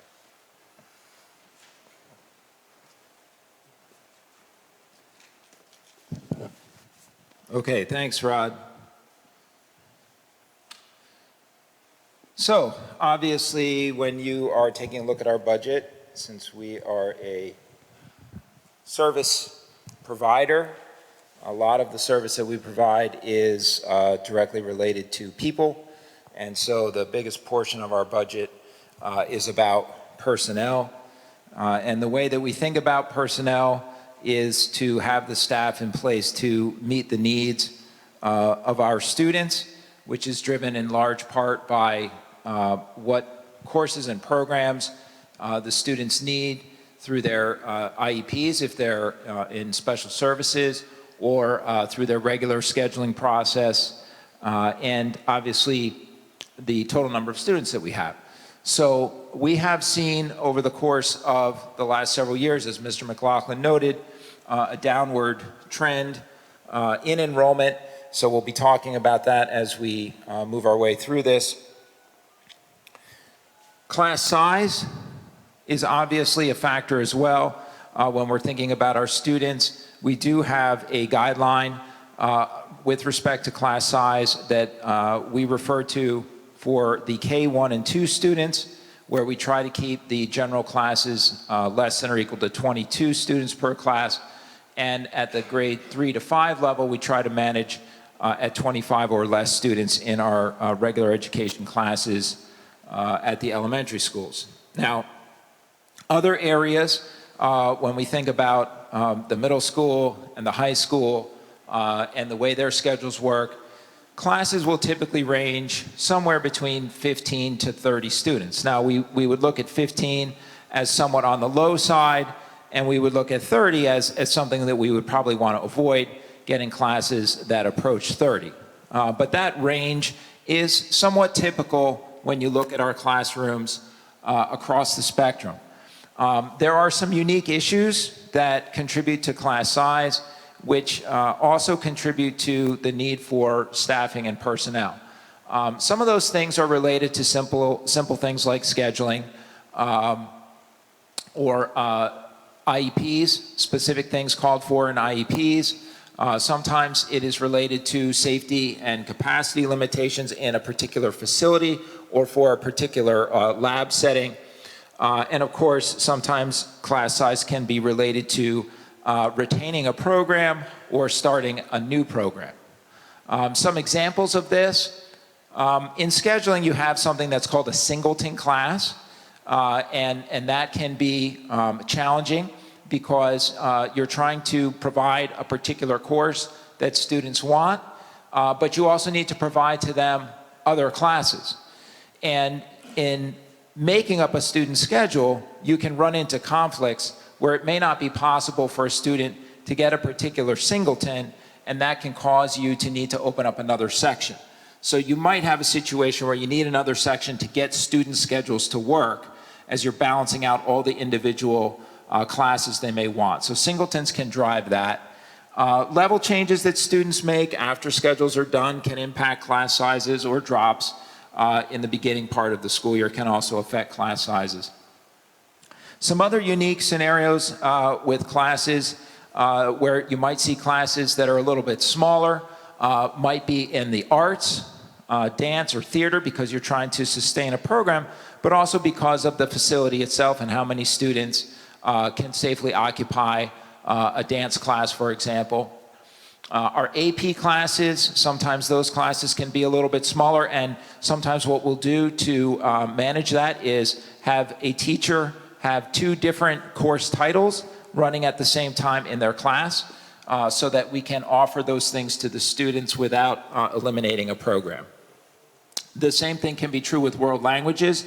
Obviously, those world language classes fluctuate from one year to the next because every year the students have the opportunity to enroll in different world language programs. So that can cause some swings and fluctuations in class sizes depending on what the students are opting for each year. Music and PE are kind of examples on the high end of the spectrum, where you might have all of the choral students together at once for obvious reasons, trying to work on their choral skills as a group together. That could be a large group of students. The same thing could happen in band, and oftentimes we have large PE classes in excess of 30 students. We just saw today a new program that just started in Tomorrow's Teachers. So sometimes you'll see a fluctuation below 15 students if you're trying to start a brand new program. And that's an example of where that can occur. Some unique courses can also have low class sizes for safety reasons or for the sake of the program, right? American Sign Language is a good example where you don't want to try to teach sign language with 30 kids in a room. It's very difficult for the teacher to be able to work with the students in that setting and actually teach sign language. And certain labs like the Woods Lab and the Photography Lab, for safety reasons, you're managing class size there as well.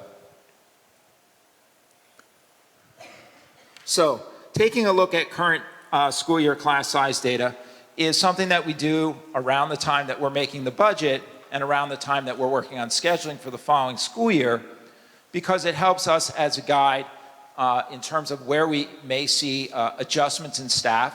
It could be decreases in one area, increases in another area. It could be repurposing staff. It could also be not filling certain positions or eliminating the number of FTEs that you need from one year to the next. And in a climate where we've seen declining enrollment, we have seen that over the course of the last several years, where positions have been eliminated from the position control roster, and we've had less full-time equivalent staff from one year to the next. This projection, as Mr. McLaughlin noted, is a function of statistical forecasting, which is the company that he mentioned, Dr. Grip. And in this case, I didn't do any adjustments. I know that in the budgeting process, Mr. McLaughlin showed you a number that looked a little bit different, and that's due to some adjustments in the calculations for special education students from a financial perspective. In this case, I'm just taking the raw data as it was projected by the demographer.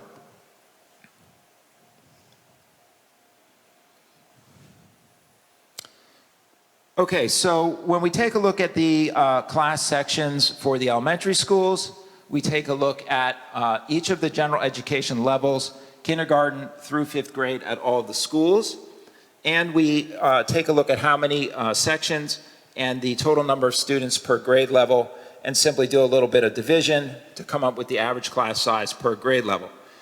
You'll see an asterisk there that not every single student is counted per grade level per building, because some of the students are obviously not in the general education program. You have some students in special education program classes that are not represented here, but are represented on the next slide. So you can see that the average class size overall at Cedar Hill was about 19 students per class. Here we're rounding to the nearest whole number. And we anticipate a possible uptick there, just a little bit at Cedar Hill School, but we may see a reduction of 1 FTE between last year and next year.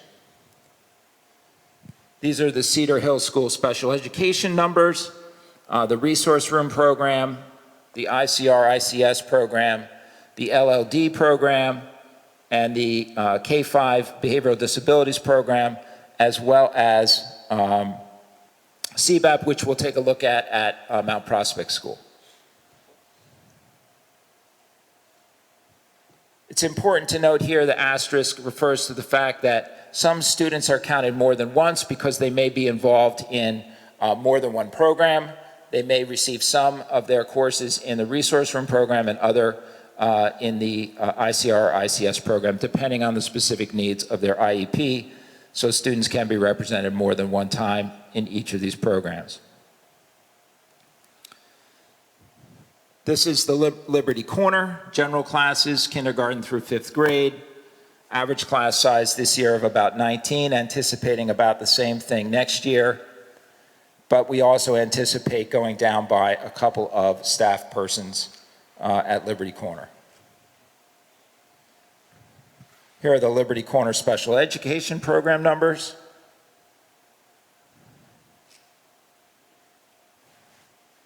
And Mount Prospect. Now, Mount Prospect, we are not projecting all of the all the students here, remember, because a lot of the students are in some self-contained programs at Mount Prospect School, especially with the preschool program.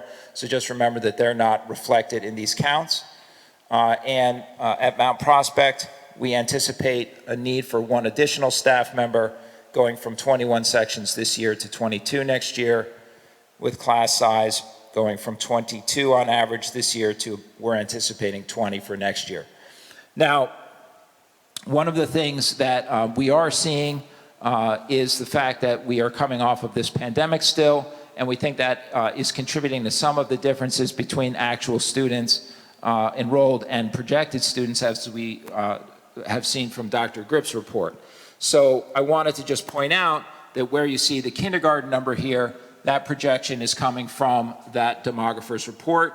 Obviously, actual enrollment in kindergarten is the most difficult thing to predict because we don't have the students yet in the program.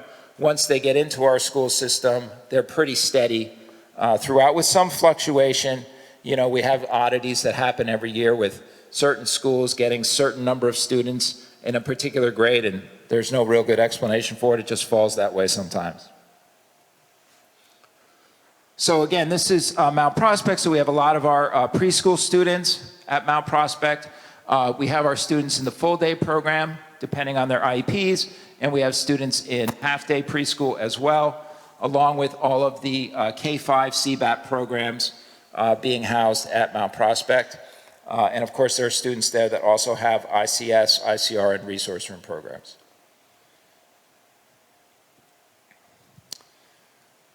Okay, last but not least, you have Oak Street School. Similar scenario, average class size this year of about 19. Next year, projecting about 19 also. We do anticipate going down one FTE in the general education program at Oak Street. Oak Street has resource room and ICR, ICS classes as well.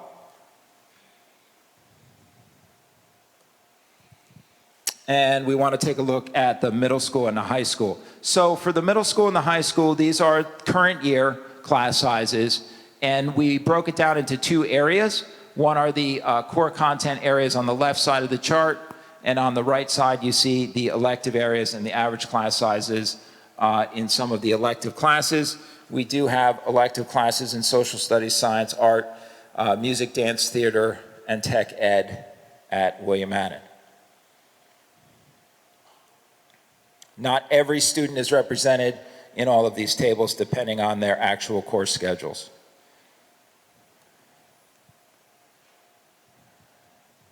These are the programs in the Special Services Department at William Annan. They do house both LLD and the CBAP program at William Annan as well. And a similar chart for Ridge with the core content academic areas and the elective areas on the right.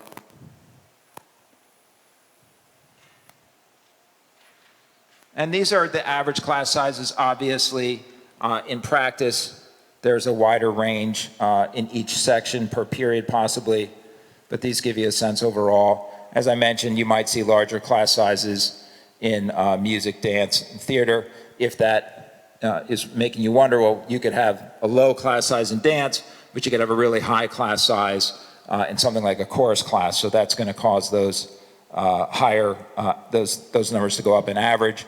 And I mentioned also physical education is usually where we see our largest class sizes, and you do notice that there in the table on the left. Here are the special education programs at Ridge.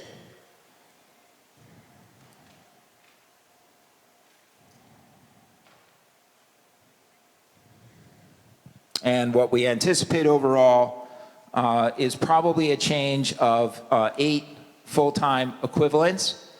And our projection net at the elementary school level was a decline in 3 full-time equivalents. Even though we saw an uptick at Mount Prospect, we were net down 3 because we projected 4 students or 4 staff members down overall in the other schools. So going down by 4, then up by 1, we anticipate a reduction of 3, 2 middle school positions and 3 high school positions. Now, I don't want to alarm people.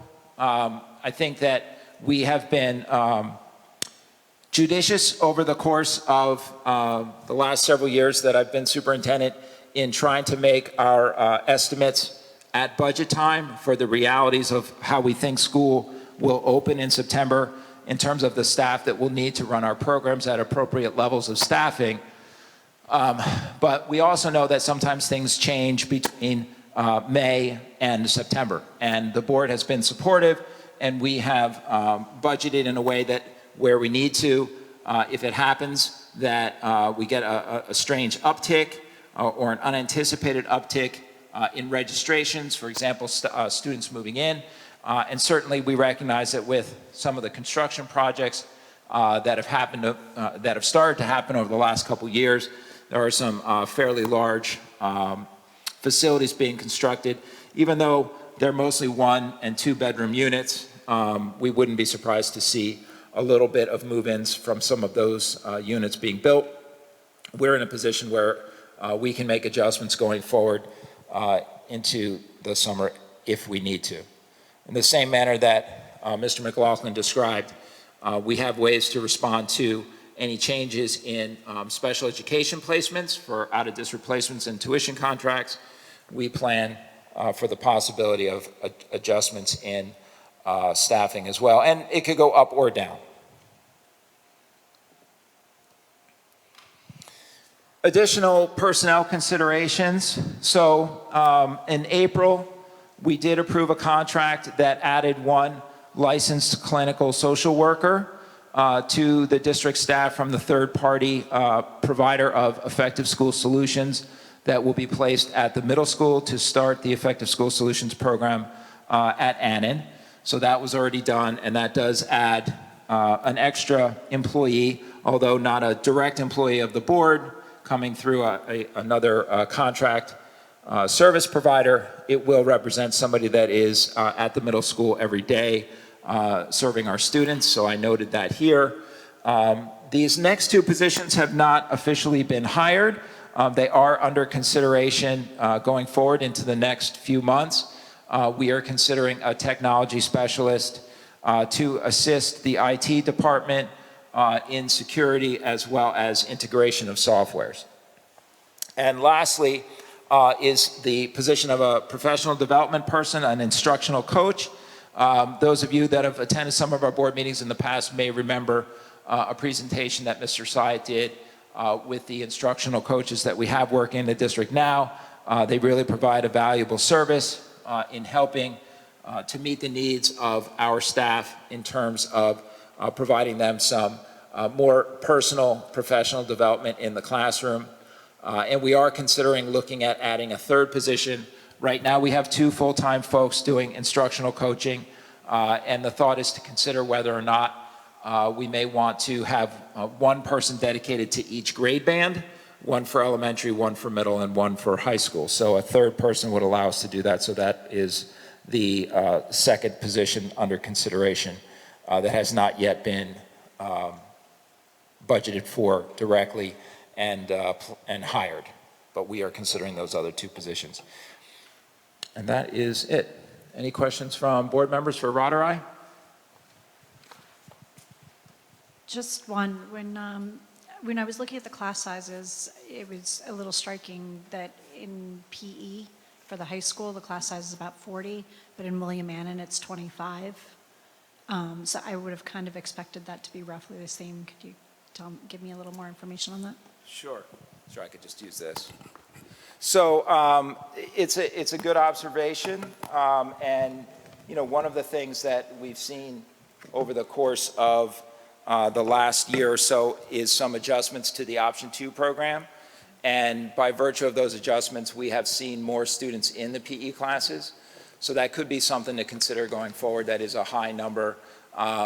That's historically not uncommon for Ridge, and we're kind of, I'd like to not see it get too much bigger than that, obviously just for safety considerations and the ability to supervise that many students. We did hire a teacher at one point when we got a little bit over that on average. We did start to see you know, some challenges in just having enough eyes on that many kids in the classrooms. But I think that's why you see that for the current year, because of the change to Option 2. Sorry. What about maybe making the WAMS classes a little bit bigger? Well, I guess I'd rather see the Ridge classes go down and the Annan classes go up. I mean, we could take a look at that ratio in terms of the way the staff are aligned. I could talk to Rich about that to see what he thinks about that for next year. Okay. Even if you don't hire someone, you might look at the alignment between the middle school and the high school. Great, thank you. Sure. Anybody on this side?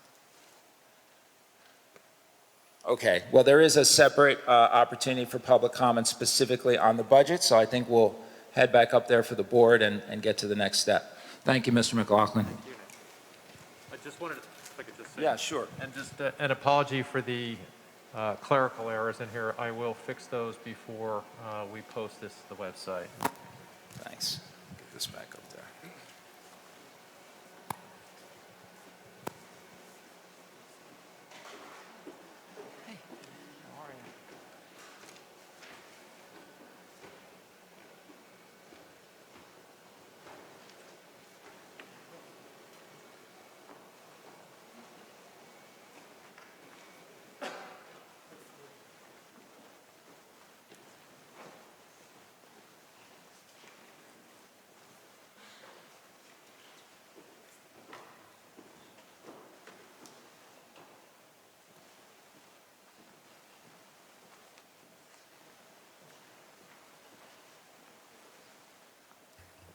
Just before we move on to public comment, I just want to make sure no other board members have any questions or comments.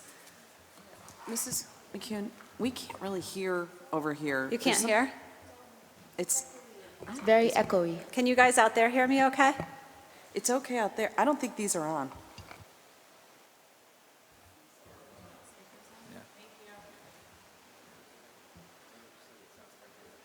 Can you guys hear on that side? So it's just that side? Okay. Well, okay, at this point, well, I it's better. I think Okay. Dallas is making adjustments from beyond. Okay, so it's Thanks, better now? Dallas. Okay. So now we're up to public comment on the budget. If you have a public comment or question, please come up, state your name and address, and then you can sign in on the clipboard afterwards.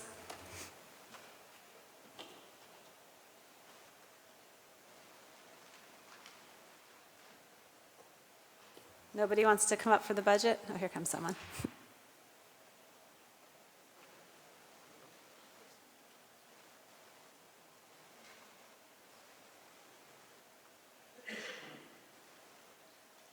Good evening. Oops. Good evening. My name is Chila Chipak. I have a question or a comment, I do not know.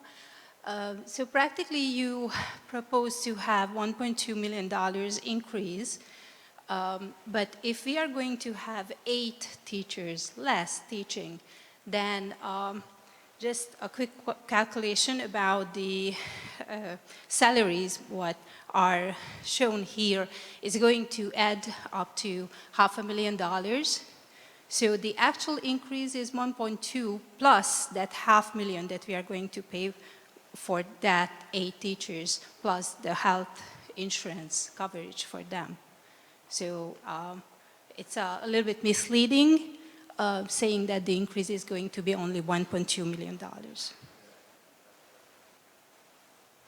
Thank you.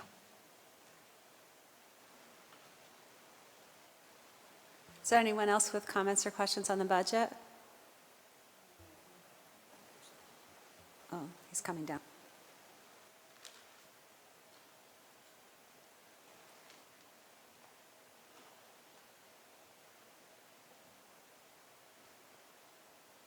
Tyler Stein, Riverside Drive. Concerning the roofing on Oak Street School, wasn't that roof just repaired within the last 11 years? If it was, is this a different part of it, or are we doing the same part? If we're doing the same part, how come we're not going after the original roofers? Because I would think a roof be, guaranteed for a certain amount of time.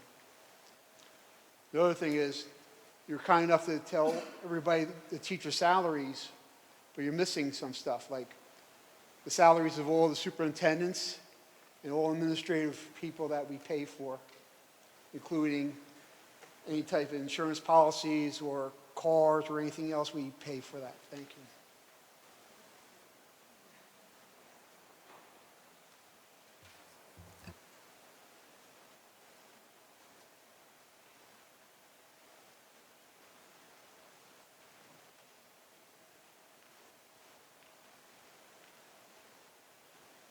Good evening, Emily Jones, Cedar Hill School, 100 Peachtree. I just want to speak in favor of the instructional coach. I know that was presented as a consideration. I have to say, being relatively new to the district, the instructional coach was really inspirational, and I just couldn't live without them. Both of Kiara and Vicky do an amazing job. So if that could be a higher consideration, I know a lot of teachers would really appreciate it. Thank you.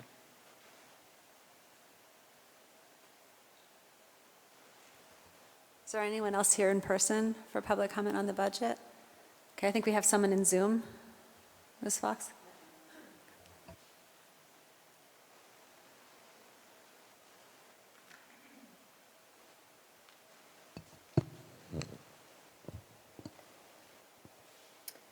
And Mr. Smith, you're in the meeting. You can unmute yourself and make your comment.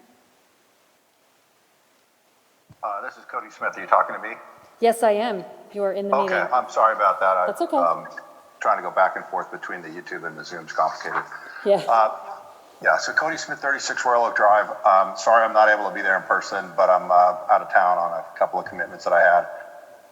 So I want to say this is my first year looking at the school budget, and quite frankly, I'm surprised at the lack of transparency with the public who's largely paying the tab. Perhaps incorrectly, I look across the lacrosse field or the Township Committee as a model for transparency and communication and expect the same from the school district. As a reminder, the Township asked us to pay about $24 million of its budget, and this school district is asking us for $91 million. The Bernards Township Committee meeting that included the municipal budget introduction, in that meeting, the Township CFO presented 9 pages of supplemental detailed financial information for review 5 days in advance of that meeting as part of the meeting's agenda. This district didn't provide anything for the March 28th budget introduction. A few weeks ago, I requested additional budget information from the school district's business administrator, and I was trying to compare next year's proposed budget to previous actual amounts in the district's audited financial statements, which coincidentally cannot be found on the district's website, at least I couldn't find them. And I had a nice question and answer with the Township CFO regarding the Township's municipal budget, and was trying the same approach here. What I received back from the district a number of days later was an email from the district's administrative staff that appeared to be crafted by a lawyer, giving reasons why none of the information I requested would be produced. Perhaps again incorrectly, I assumed that the district prepares a detailed bottoms-up budget and such information is readily available. Last Thursday, May 5th, the district published its advertised budget in the Bernardsville News. With normal font, the advertised budget would be about 2 or 3 pages.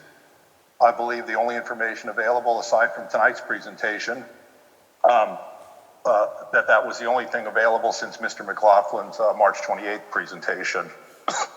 And while it's more detailed than the advertised budget, it does not provide, the advertised budget does not provide the level of detail that the audited financial statements, specifically in the required supplemental information part 3, will have about 2 years from now when those financial statements are published.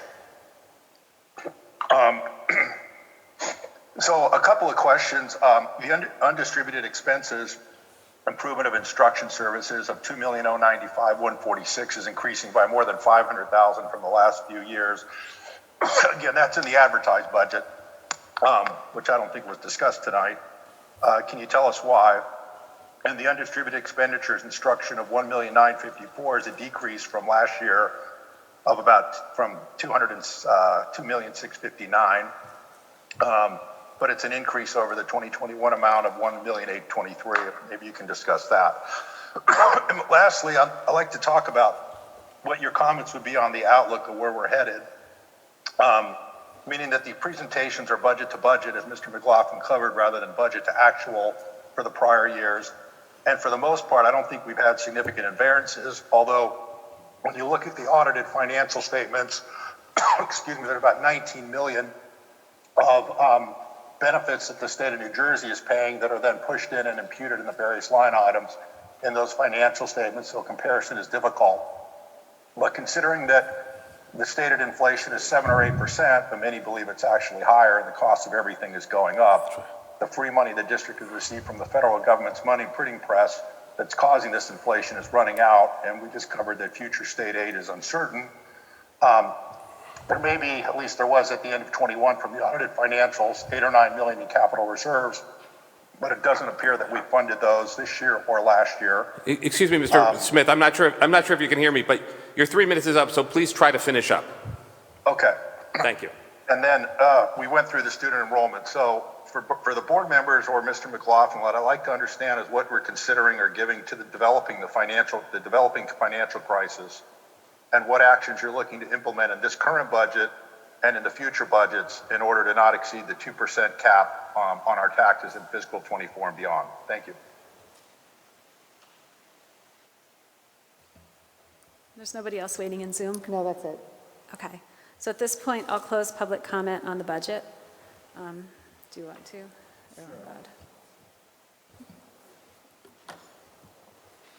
So Mr. McLaughlin may want to jump in on this also, but the stated increase in the budget does account for the reduction of staff that's factored into that. So I think that was the crux of that first comment.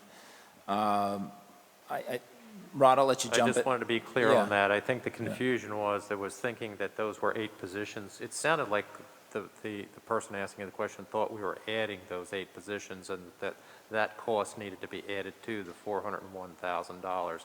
But the 401 is actually net of those positions coming out of the budget. Right. Did you want to say anything about the roof repair? I know that the roof repair, there's nothing that's been done to that section of roof in the 10 years that I've been here. That's all I can tell you. Yeah, and there wasn't anything done in the time that I was BA prior to that. That shingled section of roof is not that section, no. The old section of the roof that hasn't been repaired, and I know that those soffits and gutters are the old integrated wooden gutters that are rotting and falling apart, as you can see from the pictures. So I think we're overdue on that. As far as cars for administrators, there's no cars for administrators.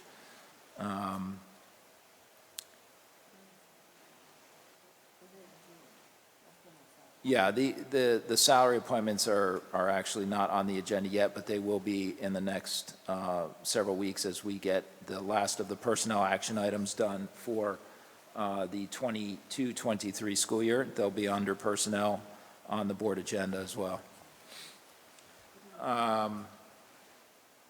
Mr. Smith asked a lot of detailed questions, and I honestly, off the top of my head, I tried to catch some of the numbers that he asked about. I don't know if you caught anything, Mr. McLaughlin, but I think he talked about... I think I can speak to some of it. Okay. There were a lot of statements and not so much questions as well, but some of what I heard, and I think he did note it, but it bears repeating, which I said up front, I'm comparing budget to budget. You can't compare a budget to an actual because now you're comparing an apple to a pear. We're in the middle of a fiscal school year, and the state says that when you post your advertised budget, show what your appropriations are as of February 1st. Well, if you want to take a 6-year look back, as I did in many of these instances, or a 12-year look back, you need to have the same point of reference every year. And the best point of reference, taking out any of the wild cards that can happen. So for example, we have a significant number of expenditures that we front-end expended basically in this current year for federal funds before we got them. So we're spending them out of current funds, and then we'll have to shift them over to the federal funds when we actually get them. Emergency Connectivity Fund is one good example, where this year we had to, in order to get, I don't know how many hundreds of Chromebooks, Alice, you're out there, you can tell us, we spent $500,000 on Chromebooks. That's an Emergency Connectivity Fund reimbursement, which we'll get back from the federal government, but sometime before the end of the year. That's going to change what your budgeted number was in those accounts during the year, because you move it from one to the other in order to facilitate it. So we had to borrow it from one account in order to do what operationally the district decided it wanted to do in terms of that $500,000 procurement of Chromebooks last July and August. That's a good example. Year over year, we had some one-time rollovers that we don't normally have. If you take a look at the encumbrance amounts from year to year, coming out of the 1920 year, which was, if you remember, that was the onset of COVID in the months of, we were closed from March, mid-March through June. And I've talked about this in other meetings, but not so much tonight. We immediately shut down a lot of things. So we basically laid off 90% of the Aramark staff. Why? Because we don't need to be cleaning the buildings every night if we're not in the buildings every night. All right, so we saved significant funding there. We saved money on waste. We saved money on utilities. What did that mean? It meant that we rolled over more money into 21, 22 than we normally would have rolled over, okay? That also distorts the comparisons between one account and the other. So what is presented in our presentation and what is presented in the advertised budget do reconcile, but I think Mr. Smith also alluded to the fact, and he was asking for the compilation of what the audited financial statements would look like for next year now. And anyone who's a CPA, and I am one, and I believe Ms. Light is one, will tell you that that would basically be a pro forma statement that we're not in the business of doing generally, okay? We can't tell you what the results are necessarily going to be at the end of a school year, but that is one thing that Mr. Smith did ask for. So he alluded to information that he asked for that can't be prepared. In other words, you can't give the results of what an audited financial statement is going to look like until the audit period is actually transpired. So I think it's a little bit confusing to the public when that kind of a statement is made. Trying to think of some of the other, Nick, can you remind me what else was stated? So there was one question about the undistributed expenses going up, and I thought that might be related to PERS. I'd have to actually take That's a what look I at thought, it to yeah. see what it is. I can tell you that, you know, again, the undistributed expense increase didn't really go up year over year. And again, I'm not sure that how he's reading that information, because undistributed would be function, instructional function 11.190, and that actually is not up year over year unless you include in it what we spent for technology. Remember I said it's $144,000 that's in there for technology. So I'm not sure what he's looking at and how he's getting that number.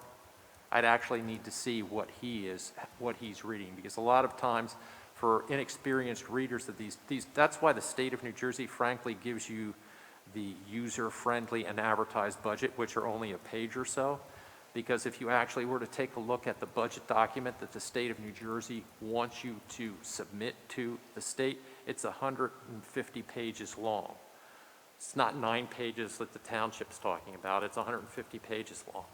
And honestly, the state of New Jersey and the legislature deemed that it was important for there to be what they called a quote, and I'm not making this up, a user-friendly budget, which is something that is rather rolled up in line items. But even that document can be misinterpreted if you're not knowledgeable about what the chart of accounts is for public schools. So, there's some question in my mind as to what he's actually talking about there. I honestly don't see it. Off the top of my head, I don't see that as possible, but it may be a combination of accounts that he's looking at that I'm not sure of, that he's calling undistributed. I mean, the request that we had talked about, if I remember correctly, putting, and we had to read it, I gave it to Mr. Crute, as he alluded to read into the audited financial statement format, a pro forma form of financial statement for next year, the budgeted amounts that we would have for this year. Again, auditors wouldn't do that. We wouldn't do it. It's not something that we... Okay, thanks, Rod. Just one of the things, Rod, one of the things that I actually find helpful when I'm reviewing all the numbers and all the financials is the board secretary report and showing that budget to actual going forward. That kind of shows it in a more of an account by account level that I find helpful.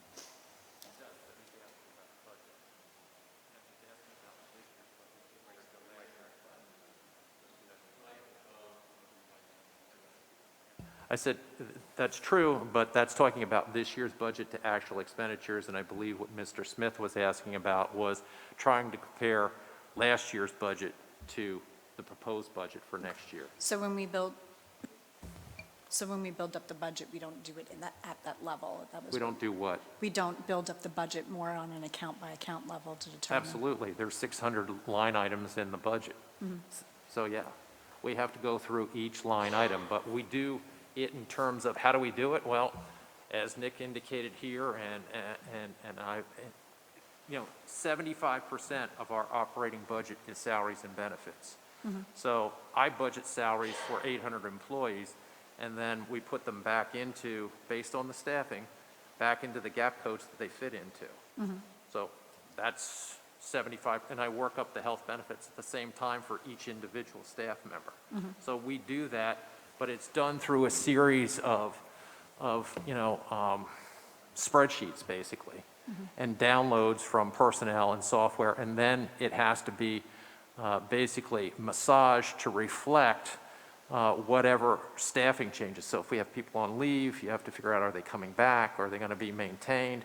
Are we going to have any reductions in staff, or are we going to have increases in staff? So once all of that's done, then you have to go back in by each one of those salary accounts and put in the body or a placeholder for that body. So yeah, we do all of that, but it's not in a way that would be public friendly, because it's a work paper that is designed for school business administrators to do and use. The state, in fact, I will tell you, and I've been in this business for 25 years, doesn't tell business administrators how to do this. So, what I try to use is a rather finite approach, which is, this is what the personnel roster and the payroll have as of this point in time. Let's talk about, what are the variables to that? I mean, we could spend probably 4 or 5 hours just talking about salary projections and health benefit projections. Then we take into that consideration, well, is this employee in New Jersey Educators Health Plan? Are they in the POS? Are they in the PPO? What is their salary rate? Because each one of those determines what percentage they contribute back to their health benefit plan.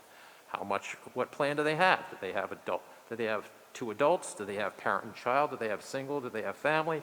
Okay, what is their wage? Now we have to go to cross-reference a chart that's Chapter 78 or a chart that's Chapter 44 and see what their contributions would be, okay? In addition to that, now what we have to do is we have to go in and we have to take a look at what the actuaries at Arthur Gallagher say is going to be the rate of claims experience for next year. How much is percentage do we put in on top of that? So that's built up literally for every individual times 800, okay? That's how we do 75% of the budget. And then, I could talk to you, for 6 hours here about how we develop each line out of the budget, but there is no one document or even 6 documents that I can give you that's going to show you how it's done. Yeah, no, I mean, my only point is, it sounds like eventually it gets into kind of like a format, like the board secretary's report. It And gets I- into the I format don't- of what you actually see rolled up in terms of what as I said, there are 800 individual gap code accounts. The state of New Jersey requires us to roll those up into probably what is about 300. And the reason for the 800 is, frankly, because this district decided to take $300,000 of Title I funds. Because if you take Title I funds from the state of New Jersey as a pass-through, you are required to be able to break down your level of expenditure down to the building level. So if for every salary account that I might have for just say elementary schools, there's one account that shows up in the budget. But I'd have that times 4 for elementary schools, because the state of New Jersey says that when I do an audit, I now have to take that total audited expense, excluding those expenses that the federal government and the state say, we don't want to count, okay? And I have to be able to allocate those back from the audit into the state system. So that's where we end up in our internal records with 800, and why you're going to see when you look at that monthly board secretary's report, you know, a lot more than what you see in the budget, basically. They roll up to the major object level, okay? So yes, it is in that format, but the state has said, look, for the public to get an informed idea about where the programs are relative to the detail that you would have for auditing purposes, user-friendly budget, because most people aren't going to want to look at 800 lines and understand what the distinction is between them. And I've only started to just touch on some of the nuances, but yeah, it's essentially, that's what the user-friendly and the advertised budget are. They reflect what you have in the board secretary's report. The board secretary's report breaks it out in more detail because we show you the breakdown for Cedar Hill School versus Mount Prospect versus, you know, Oak Street versus Liberty Corner when it comes to salaries. And the same is true with the special education programs, where we break it down by the buildings as well. Yep, thank you. That was helpful.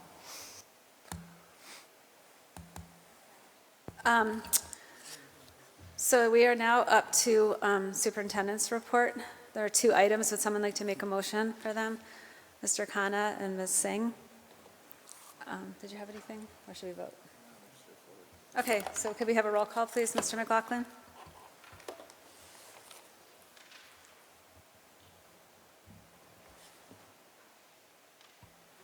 Mr. Salmon? Yes. Ms. Schaefer? Yes.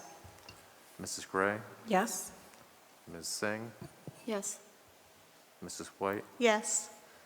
Ms. Light? Yes. Mr. Khanna? Yes. Ms. Hira? Yes. Mrs. McCune? Yes. Madam President. Thank you. Okay, now we're up to public comment on agenda items. If you have something on an agenda item, you can come up and state your name and address and sign in afterwards. You're talking about off the,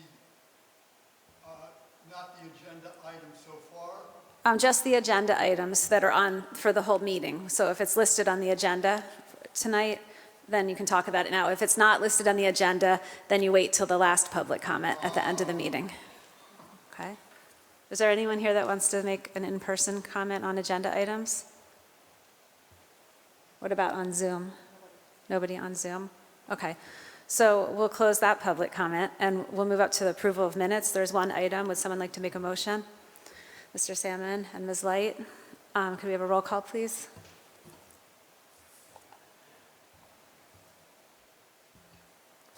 Mr. Salmon? Yes. Ms. Schaefer? Abstain. Mrs. Gray? Yes. Ms. Singh? Yes. Mrs. White? Yes. Ms. Light? Yes. Mr. Khanna? Yes. Ms. Hira? Yes. Mrs. McCune? Yes. Madam President. Thank you. Okay, we're up to the Finance Committee. There are 8 items. Would someone like to make a motion? Ms. Gray and Mr. Salmon, seconded. Is there a committee report? No report. We meet on the 19th, but I'll just quickly go through the items. The item 1 is a standing item. Item 2, it's the bills disbursement. Item 2 is professional development. Item 3 is basically transfers for a grant, very much like what Mr. McLaughlin was describing a couple of minutes ago. Item 4 is a student transportation contract, and items 5 and 6 are the budget, and then item 7 is the field trip destination list.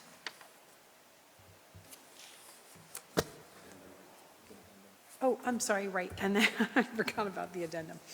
And the addendum item is for the busing, or the Barker busing contract. Why don't I have that? It was under my presentation thing. I found it under here. Oh. Does anyone have any questions? Thank you, before Mr. vote? Sam. Yeah, so that's the Barker bus contract for school year 22-23. Suzanne, did you have a question? I do have a quick question. If I could just have Mr. McLaughlin remind us, because the one thing we're voting on is the levy, the percentage that we are increasing the levy versus the percentage that we are able to legally. Could you kind of go over that again quickly?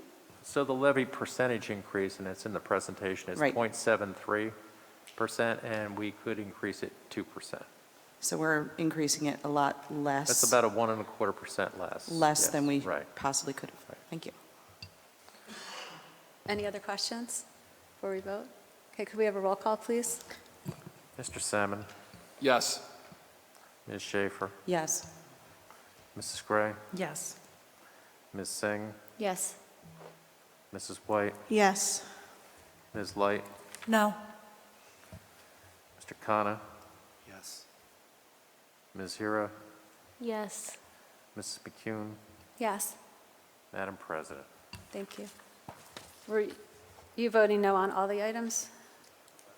She did? Just on 5 and 6. Okay, I didn't hear that. So- Okay, yeah, I guess you voted no on all of them. Okay, I was just confused. Okay, we're up to the Personnel Committee. There's 20 items. Would someone like to make a motion? Ms. Singh, would someone like to second it? Mr. Salmon? Okay, is there a committee report? There is. Personnel met on April 27th. The one item that I can report out about was at the April 25th, 2022 board meeting, a question was asked from a community member about teacher salaries comparable to other districts and what the district is doing to retain teachers. Obviously, the district tries to be competitive with salary and benefits to retain staff in addition to compensation. Mr. Syed explained that the district supports staff by giving them resources and training to provide the students with the best educational experience and to continue their own professional development. Mr. Syed explained that since 2007, approximately 3 to 5% of certificated teachers have resigned each year. At exit interviews, Mr. Syed asks why a teacher is leaving. The primary reasons for leaving are to stay at home with children, to find employment closer to home, and moving.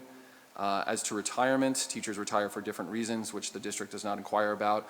Traditionally, if a teacher retired, he or she could not work full-time as a teacher without putting his or her pension at risk. The law was changed for this year and next year that teachers can retire and continue teaching, but can't work for the same district until 60 days after retirement. We also met on May 4th, but those minutes are under review. Okay, does anyone have any questions for Mr. Salmon? Okay, could we have a roll call, please? Mr. Salmon, Yes. Ms. Schaefer, Yes. Mrs. Gray, Yes. Ms. Singh, Yes. Mrs. White, Yes. Ms. Light, Yes. Mr. Khanna, Abstain. Ms. Hira, Yes. Mrs. McCune, Yes. Okay, we're up to the Policy Committee. Did they, Policy met last week, but I'll report out at the next meeting. okay. Curriculum Committee? Curriculum just met last week, and I'll report out at the next meeting. Okay, and the Wellness Committee? Wellness Committee meeting minutes just went out this week, or today, so we'll report out later. But we did have one item that I wanted to present, which was the Ridge Gives Back, which is the program that this high school is going to be doing this year, involving all of the high school students, doing a day of community service in the beginning of June. The Wellness Committee would like to propose or to suggest that the board go ahead and approve transportation costs for that. so that we're not charging our students to do community service.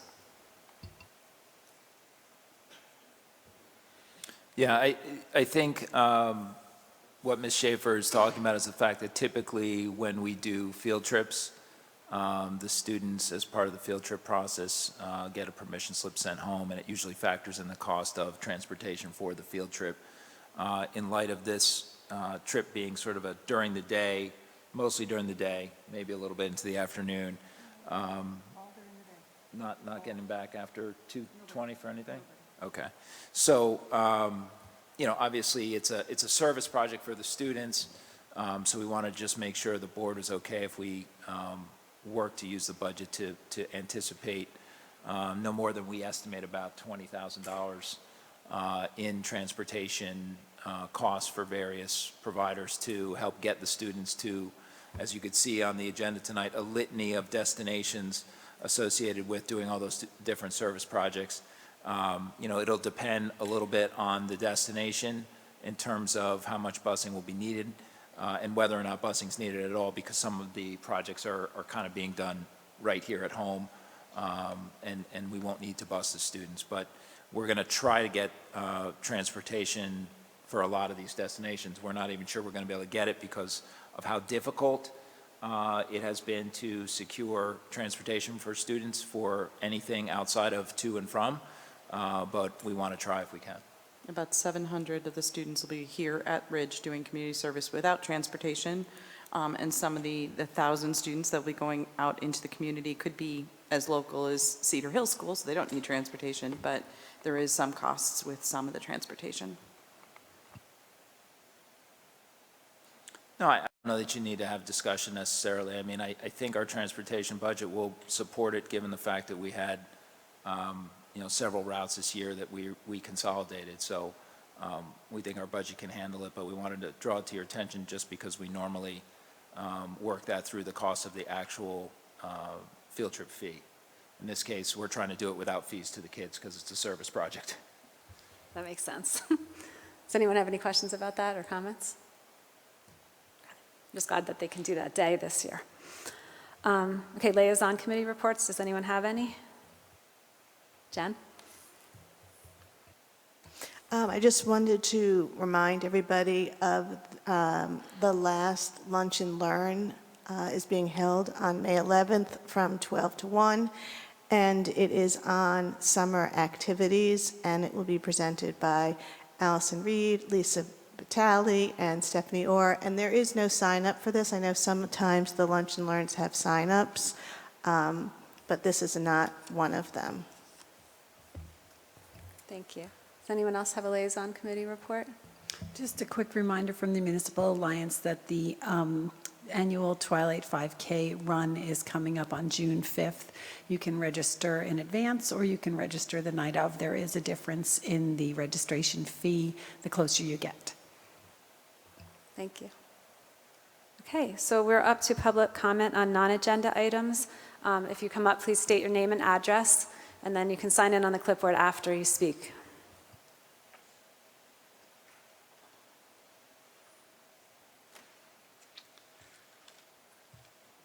I spoke to you at your last meeting, and I really appreciated the ears that were attentive to our words, both my wife's and myself, and we do thank you. I'm sure you're all aware of the demonstrations that went on. I know you spoke the last time, but could you please state your name and address? Oh, I'm sorry. Francis Huber, 228 Arrowwood Way. I presume you're all aware of what happened in Trenton today with the passage of this new governor's recommendation for sex education in the new standards. And he uses the word standards, or whoever wrote it. These are not standards. These are intrusions into the moral life of children, clearly stated. But did you notice there were no demonstrations of people in the state, anywhere, in favor of this new standards?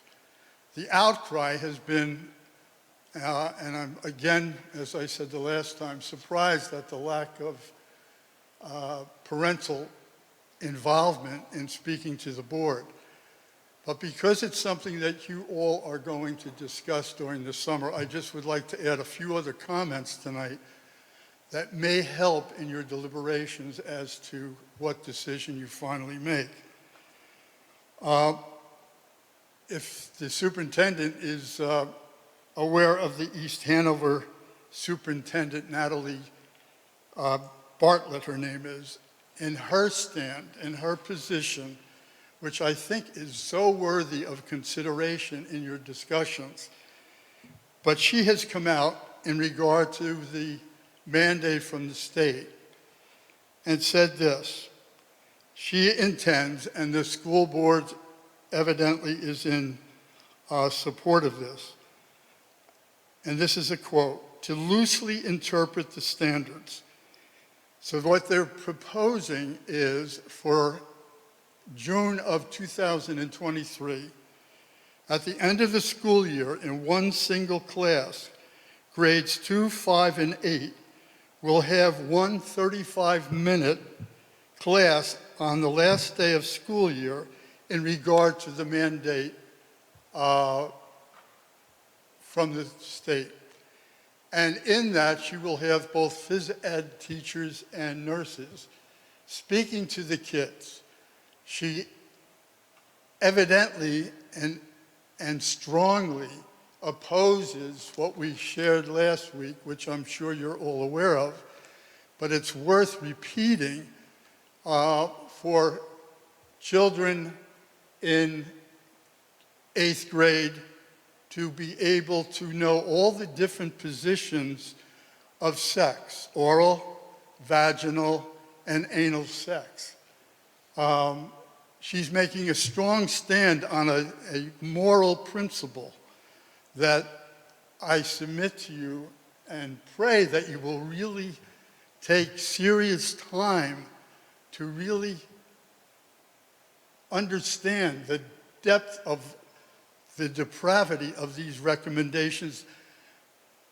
And the state has also put out, with their standards, graphic designs and positions where the kids can learn these things in elementary school. Clearly unheard of at any time in the history of our culture, that these things would even be under consideration, and serious consideration by many. My last thought is simply this, is that from the governor and all the legislators that have voted this in, would any of you allow any of your children or grandchildren to be educated by these that support such a thing, or much less spend an evening with them? I certainly wouldn't. And I just submit all of these thoughts to you for your really thoughtful and moral consideration of the seriousness of this. Thank you.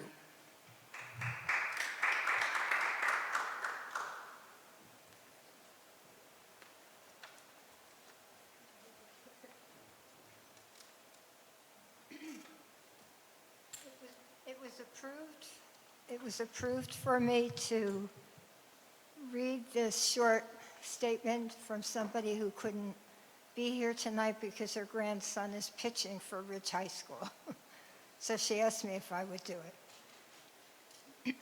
This was Just make sure to say your name and address, please. Kathy Huber, 228 Arrowwood Way. Okay? And then I just want to add a couple of thoughts afterwards. This is from Jean Byrne, who lives at 18 Tanglewood Lane. I am sending this letter ahead as my grandson is pitching for Ridge at Patriot Stadium this Monday. I'm submitting my comments related to the sexualization of curriculum, which will be read in public comment, reflecting a large and growing segment of the community. These new educational standards issued by the state have not been studied for any length of time and are not proven to work yet. they're still experimental. This feels like an experiment with our children as guinea pigs in a classroom lab. And then she went on to explain that her niece was in a trial program in the Livingston school system, and she was taught to spell a certain way, and they made no effort to see if the child had dyslexia or a learning problem. And what it produced years later was the people that were in this program still had great difficulty spelling. So it was a trial that didn't bear fruit. She also cautions that an opt-out option is not viable. Children will talk about what they have learned outside the classroom, in the playground, and share very sensitive information with their peers, and she ventured to say, which probably will get distorted. Student enrollment continues to decline annually as parents lose confidence in the district and withdraw their children. Currently, the majority of Township residents don't have children in the school system and still pay taxes, which increase annually, and they have every right to speak up. Evidently, 66 cents on every tax dollar is going to the school district. And you will see more residents here strongly object to the decision that you're making. I'm almost finished. Bernard's Township was once and can be again a beacon of light to other districts and a leader for common sense. Those pushing these depraved standards have no idea of the long-term effects on a child's impressionable mind. It could lead to confusion, insecurity, anxiety, and dissociation. So she ends with the same questions which evidently were asked before but have not been answered. Number one, are there well-designed studies which show these standards would be beneficial to young minds and not detrimental? Who is going to prepare the lesson plans over the summer? Do those individuals have a bias? That's very important. Do the majority of already burdened teachers have the capacity for one more thing? Question 3, even today the lesson plans are not readily accessible, as Jennifer Dorwood noted in her public comment remarks last time. Will this change in the future? And her last question was, finally, where do you, as the Board of Education, stand on this very, very critical topic? And I just want to add a couple of thoughts. There's a proverb that says, train up a child in the way that he should go, and when he is old, he will not depart from it. So if you're taking innocent young minds and you're putting these explicit sexual images into their minds, I mentioned last time, the neural pathways in their brain, the more they hear it, the more they think it, the more they talk about it, will become more and more densely bundled together in their precious minds. And we as adults have a moral responsibility to guard their minds so their minds can function well and think truth and think things that will produce life and fruit in their life.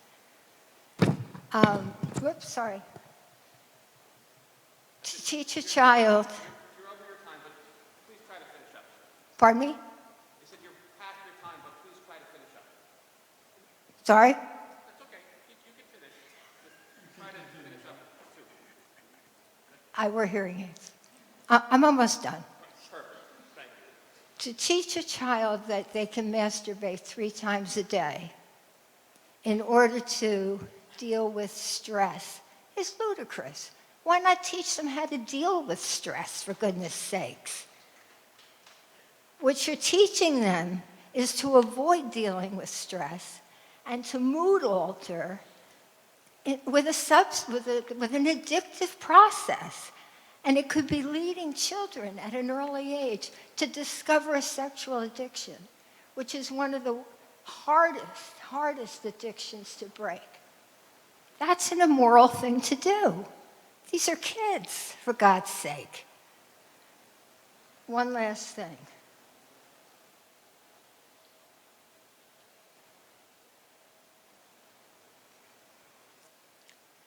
This is a very important thing for me. Jesus said, better than a millstone be tied around your neck and to be sunk into the depths of the sea than to lead one of these little ones astray. Anybody who promotes this is going to answer for this. This is a very serious thing. Not only is it tampering with children's minds, but those kids coming home with these distorted thoughts, it's like forsaking truth for a delusion. I'm a boy today. Is going to create division in the family, hardship in the family, tension in the family. It has the potential for such darkness. I'm the mother of 6 and 13 grandchildren. 5 of our grandchildren have been in the school system. So I'm very invested in what these kids are being taught, and I was a school teacher myself. Please take this seriously. There's a great accountability for this. Thank you.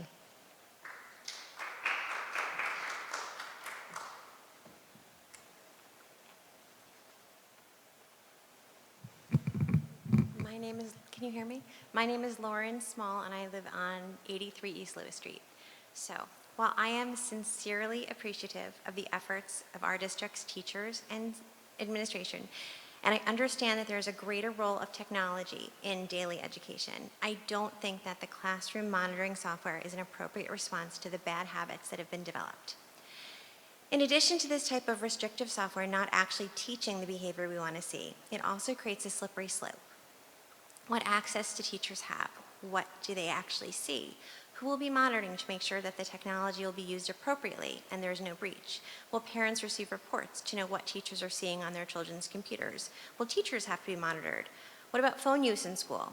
And if all of these kids are on their devices with teachers monitoring, it just seems like an even further disconnect, increasing the use of computers and monitoring in the classroom when it could be more of a time for interaction with people. It's also just sort of surprising how this started before the BT Connect meeting. So that's really all I had to say. Thank you.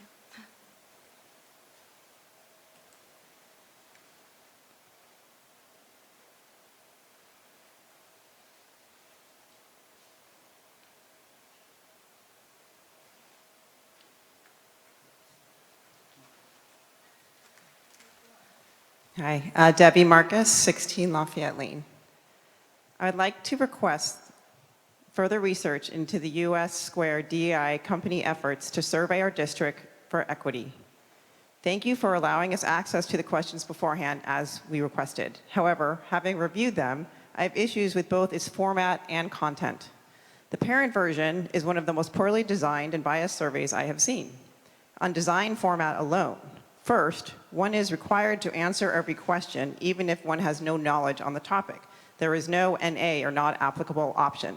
For instance, one of the questions is the classroom set up for success for your student? I have no idea what that even means or whether it's true, but I had to pick an answer 1 through 10. Or it asked about the disciplinary system and whether it was fair, and I don't have a comment on that because we have not experienced it, yet I had to pick an answer. Second, for each question, one has to pick an answer between 1 and 10. These are for questions that are basically yes and no responses. They certainly don't have 10 levels of nuance within them and should have been maybe 1 to 3 or perhaps 1 to 5.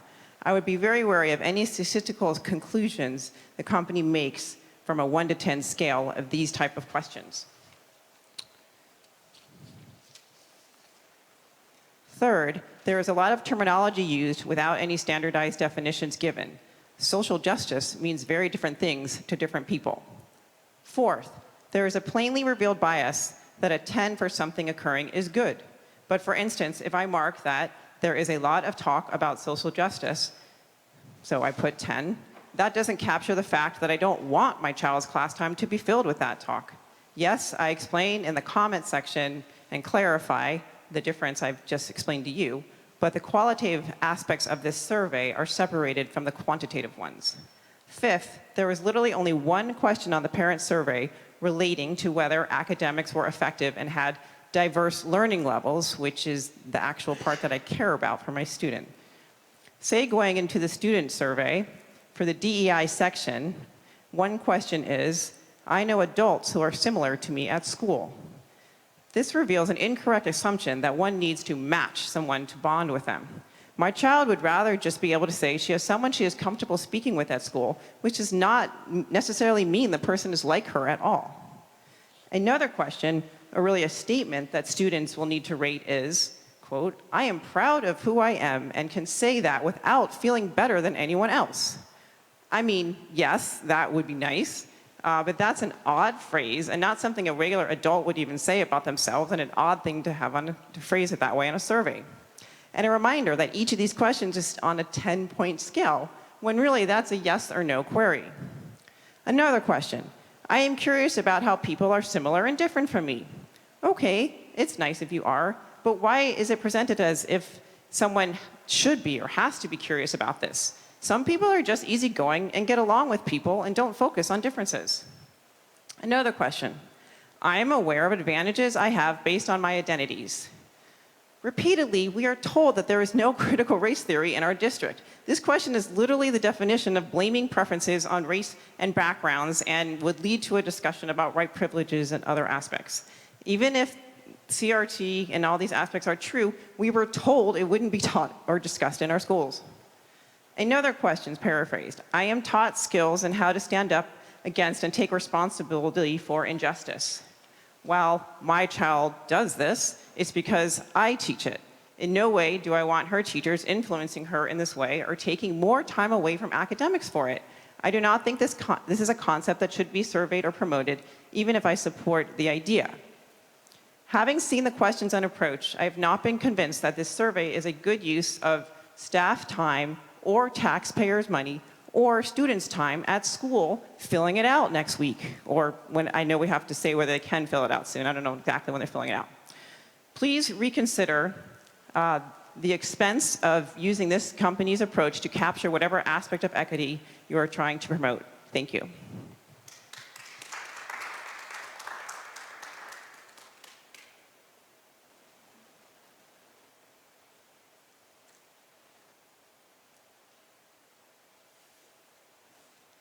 Gina Capizzi, Winding Lane. First, I wanted to thank the Board of Ed for explaining some of the board code of ethics and policies. While my father is a retired superintendent and I grew up hearing about board meetings, I admit I don't know every detail about code of ethics policies that the members must adhere to and why it is so important that they do adhere to them. I unfortunately missed the last meeting, and I do appreciate that this was spelled out to the community. As I've done in the past, because I missed the meeting, I did reach out, I watched the video, asked for clarification and explanation.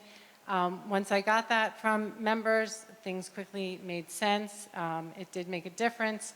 So thank you to the Board of Ed members for being transparent and explaining the board code of ethics, policies, and more importantly, why it is important to follow them.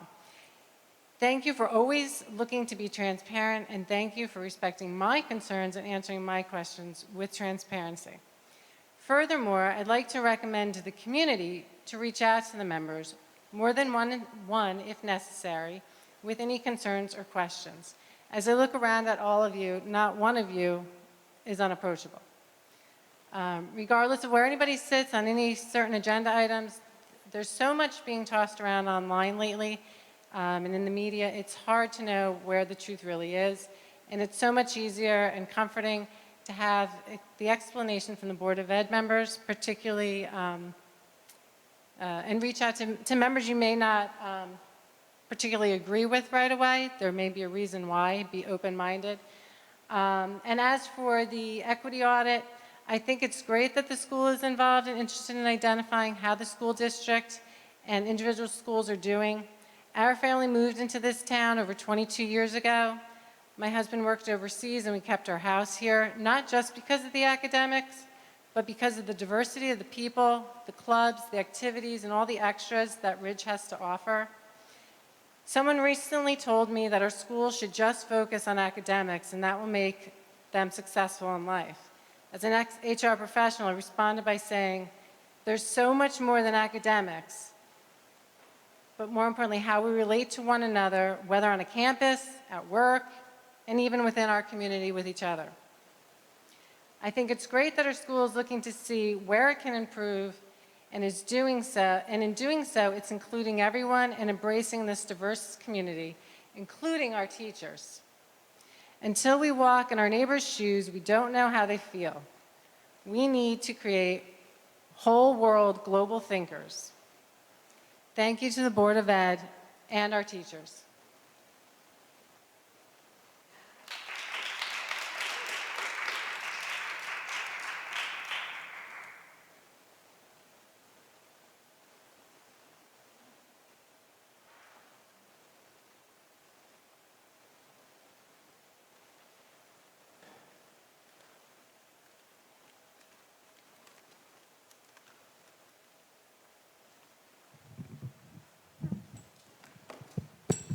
Sorry, I'm short. Megan Dooley, Brook Avenue. I want to just thank the Board of Ed and really all of our staff and faculty in the school district. I think they really serve our students and our community well. I just wanted to make a couple points about the standards in our health curriculum. 45% of LGBTQ plus youth attempted suicide in the last year, or considered attempting suicide in the last year. Nearly 1 in 5 trans and non-binary youth actually attempted suicide in the last year. Our new, the state standards for the health curriculum that are being adopted are about recognizing identities and including these identities in the conversation. I want to remind the community that the opposite of inclusion is exclusion. I read recently a school district's administration that said when questioned about how they would support teachers who recognize their students' diverse identities, they said, we don't politicize identities, we celebrate them. These standards are looking to include students to make sure that all students in this district feel safe, affirmed, recognized, validated, and without all of those things, they can't be expected to learn. So I just want to thank all of you for your hard work and dedication to the district. I trust that when you develop the curriculum in line with these new standards, that you will do it in a way that affirms and validates and supports all of our students. So thank you.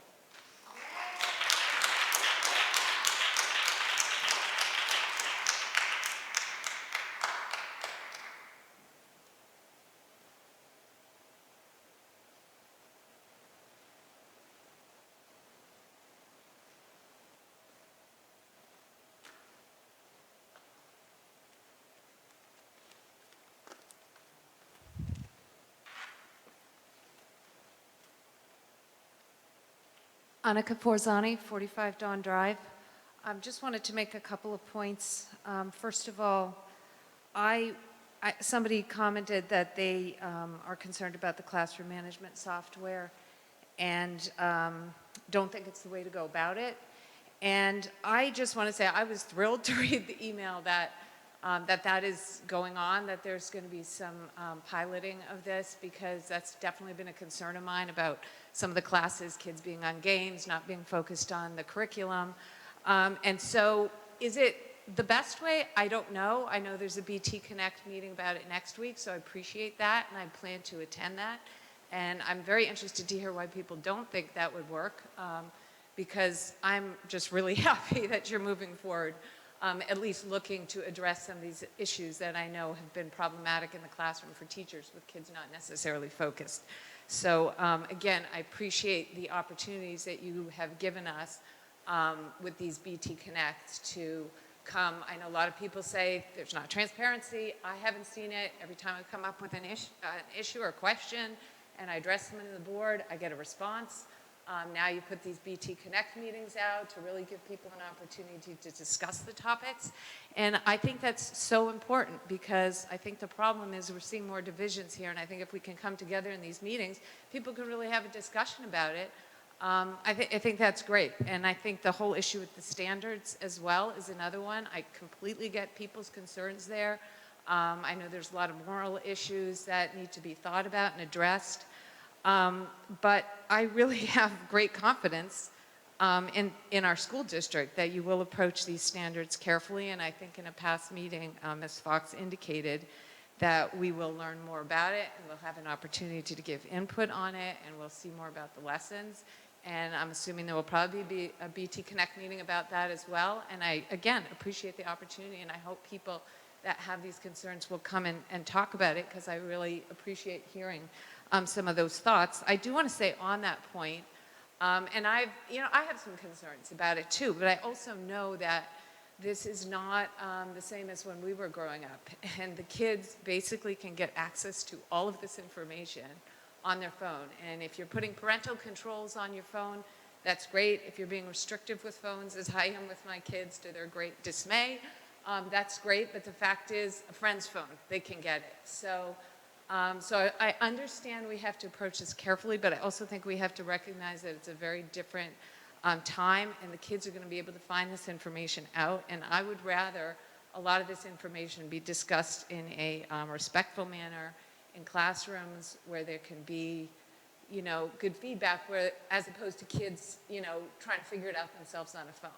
So again, right age approaches, I don't have all the answers, and I look forward to continued discussions on this, but I just want to say that based on my experience with the board so far, I have great confidence that it will be done respectfully. So I really appreciate that. Thank you.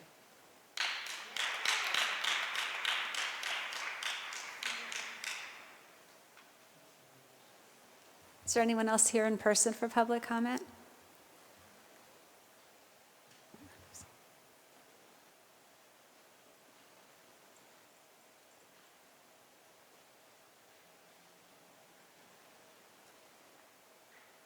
Hello. Jennifer Dorward, Cherry Lane. I just wanted to come back and sort of close the loop on some of the topics that I've talked about in the last couple of board meetings. Since the last Board of Ed meeting, I've received only 2 of the 4 fifth grade health units that I originally requested to learn about. And after reviewing the content of those 2 units, I decided to opt my children out of those 2. One of the units focuses almost solely on emotional coping skills regarding topics like how to handle divorce, death, parental conflicts, and depression. I think these kind of sensitive topics are best left to parents, especially in these early formative years. The replacement health unit that my children were given teaches about how to be a smart consumer related to topics such as basic budgeting, generic versus name brand products, truth in advertising, and the roles of the Food and Drug Administration and the Federal Trade Commission. I think these are very useful and practical topics that I think they should be taught in schools. So let me close with this point. What I've learned, I hope this might benefit other community members, and I have one question. I persevered for weeks to try to gain access to actual lesson plans, and then finally brought the question to the board, and I did get that information, but I really urge other parents to check their children's lesson plans to ensure that they're comfortable and knowledgeable about what they're learning. And my question is, like some of the other questions that have been raised tonight, where does the Board of Ed stand with regard to teaching these very personal, emotional coping skills in school when some of these topics may really belong more properly to be taught by the family?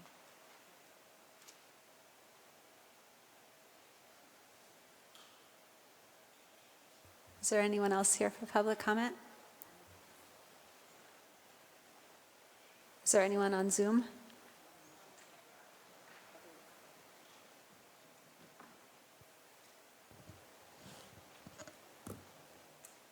Okay, there's one person on Zoom, so Ms. Fox is going to let them in. You want me to wait? Okay, Mr. Smith, you are in the Zoom right now. You can make your. Sorry public about comment. that. No, go Is that ahead. working? Sure, yeah, go ahead. Okay, Cody Smith, 36 Warlock Drive. Very quickly on the budget and the questions I asked there. I do know that we can't give actual information of what's going to occur next year. That was not what I was asking for. I was asking for more detailed budget information. And the questions that I asked with respect to numbers were straight out of the advertised budget as published in the Bernardsville News. So I will, when I get back in town, I will follow up next week with an email on the budget. That's not what I wanted to talk about at this point. Regarding what I wanted to talk about is I asked a couple questions before about the qualifications of us squared or US2 in this equity audit.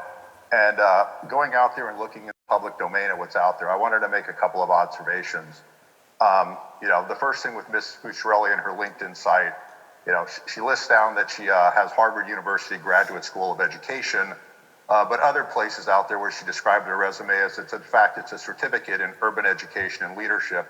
And there's really nothing out there on what that actually means, but you can see that if you wanted to get a certificate in the school management and leadership from Harvard, that's about 4 online classes and costs you about $3,000 bucks. So I think her LinkedIn profile there is misleading. On certificates and licenses, she lists diversity, equity, inclusion in the workplace certificate from the USF Corporate Training and Professional Education Program. By looking into this a little bit further, this was actually a free course from the University of South Carolina, sponsored by the Tampa Bay Lightning and Jabil Circuits. It's about 14 hours of online instruction. And then in her experience, she lists 8 education-related jobs over the 14-year period from 2002 to 2016, which is an average length of employment of 1 year and 9 months. On another website, she states, I quote, "In general, some of the mistakes I think about often would be when I'm stayed in a position too long." She doesn't list that she was hired as the director of Hazel Park Public Schools in August 15 for some reason. She also doesn't mention, although she states that she's a retired superintendent, that she was a superintendent at Macomb Academy in Clinton Township, Michigan in 2017. In the Macomb Daily newspaper, some of the teachers said that under her leadership, I quote, "About 3/4 of the year in, the teacher said, 'We're on a sinking ship. We're on the Titanic.' The staff was made to feel they are replaceable." We're moving down to US2's website. Again, Ms. Fitzgerald gives us a long dissertation on her life struggles with weight issues. This should be irrelevant to her qualifications for diversity and inclusion unless this is qualifying her as being marginalized. Other team members, Leanne Crouch, is not listed on the website at all. She claims to be the Chief Opportunity Officer in the webcast that we had. She's not listed at all. Can't find anything on her qualifications, or background, or why she's qualified to conduct this audit. Mary Ann Alt, she was a substitute teacher, mostly in mathematics, and then said she decided to get into her passion of social justice education. The data analyst and training engagement specialist, Ian Unger, nothing on his qualifications for conducting surveys, analyzing data, statistical analysis, but we do learn about her journey in life transitioning from a woman to a man.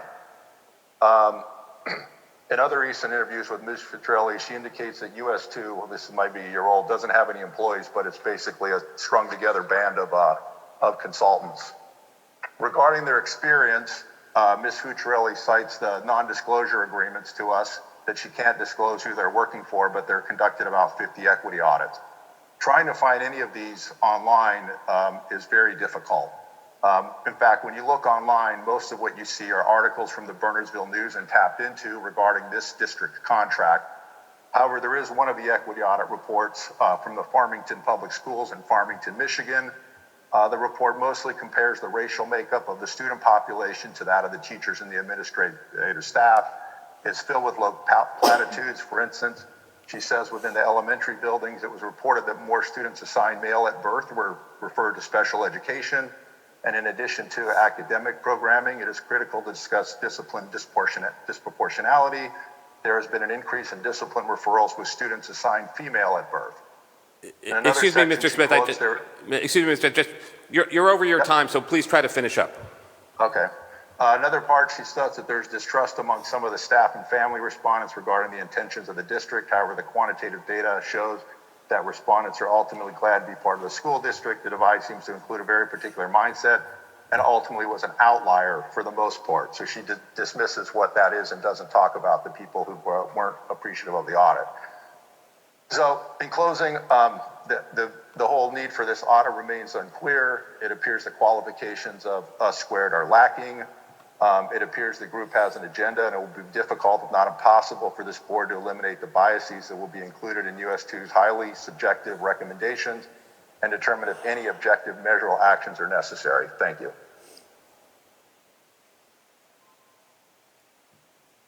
That's it. Oh, there's one more.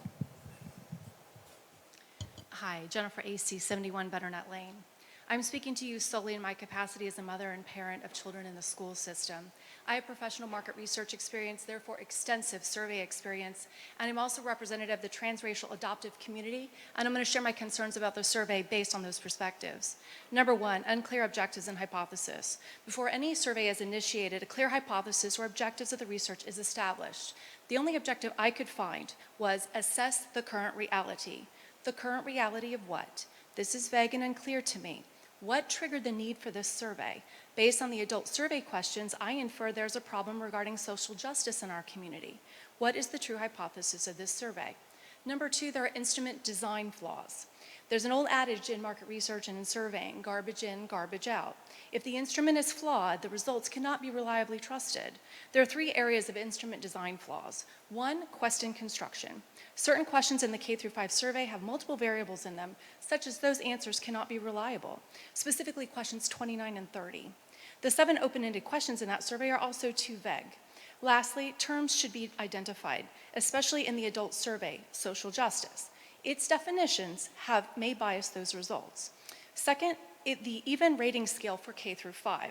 Even rating scales do not permit a respondent to have a neutral opinion. It forces a choice. Most scales use odd scales to avoid this. A valid opinion might be a neutral opinion. We shouldn't force people to say something that isn't true.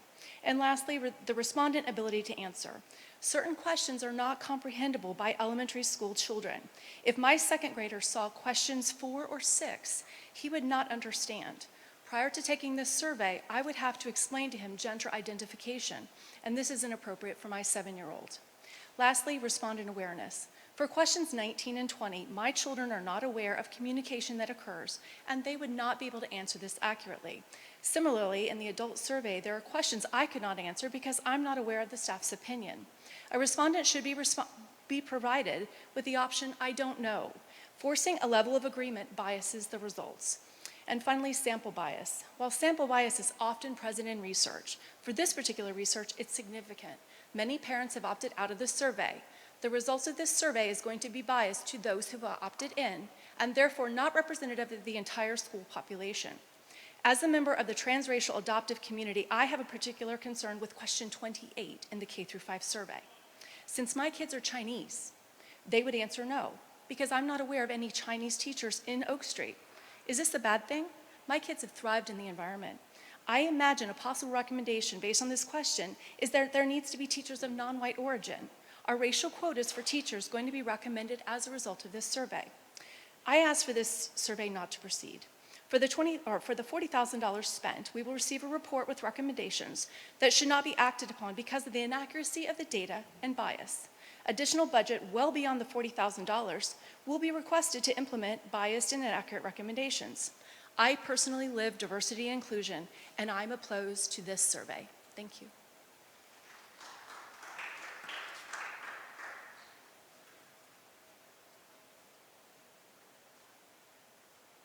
Is there anyone else for public comment? No, okay, I'll close public comment at this point. Did you have anything you want to respond to?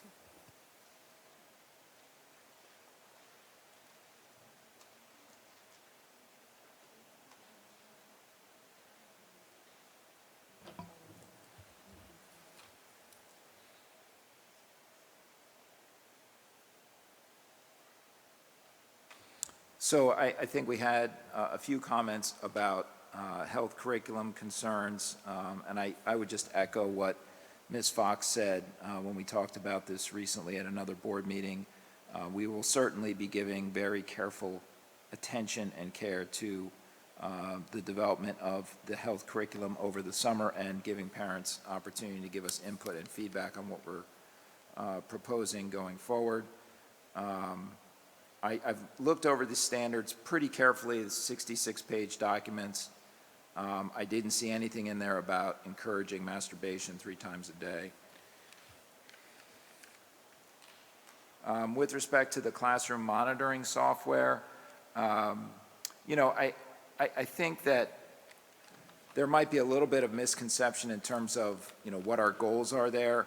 I would encourage people to go back and look at the presentation that the staff made. I believe it was about a month ago, April 11th, here at the board meeting, and that is recorded, and I really think it tells the story of why the staff are looking for a tool to implement in the classrooms. It's really about managing students to help them stay on task and stay engaged. They're not looking to, you know, try to find some way to monitor the students, especially outside of the class. There's no intent and no ability to do that outside of the school day. It's really about making sure that the kids are not straying away from what they should be working on in a particular classroom, or having, you know, 20 tabs open when they're supposed to have 2 tabs open to work on a project. So I think the teachers tell the story really clearly in that meeting.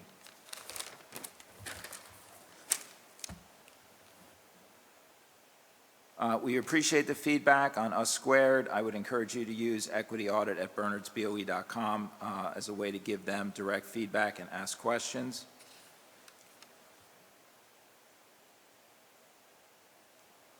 We appreciate some of the comments with respect to having confidence in the board. We appreciate that very much, and you know, I think that confidence is well placed.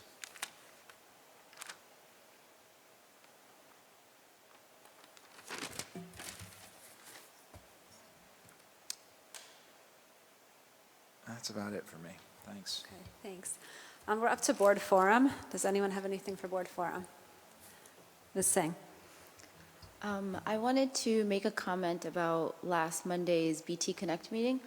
I actually really appreciated hearing from a lot of the parents that attended, as well as the teachers and the administrators and even my fellow board members.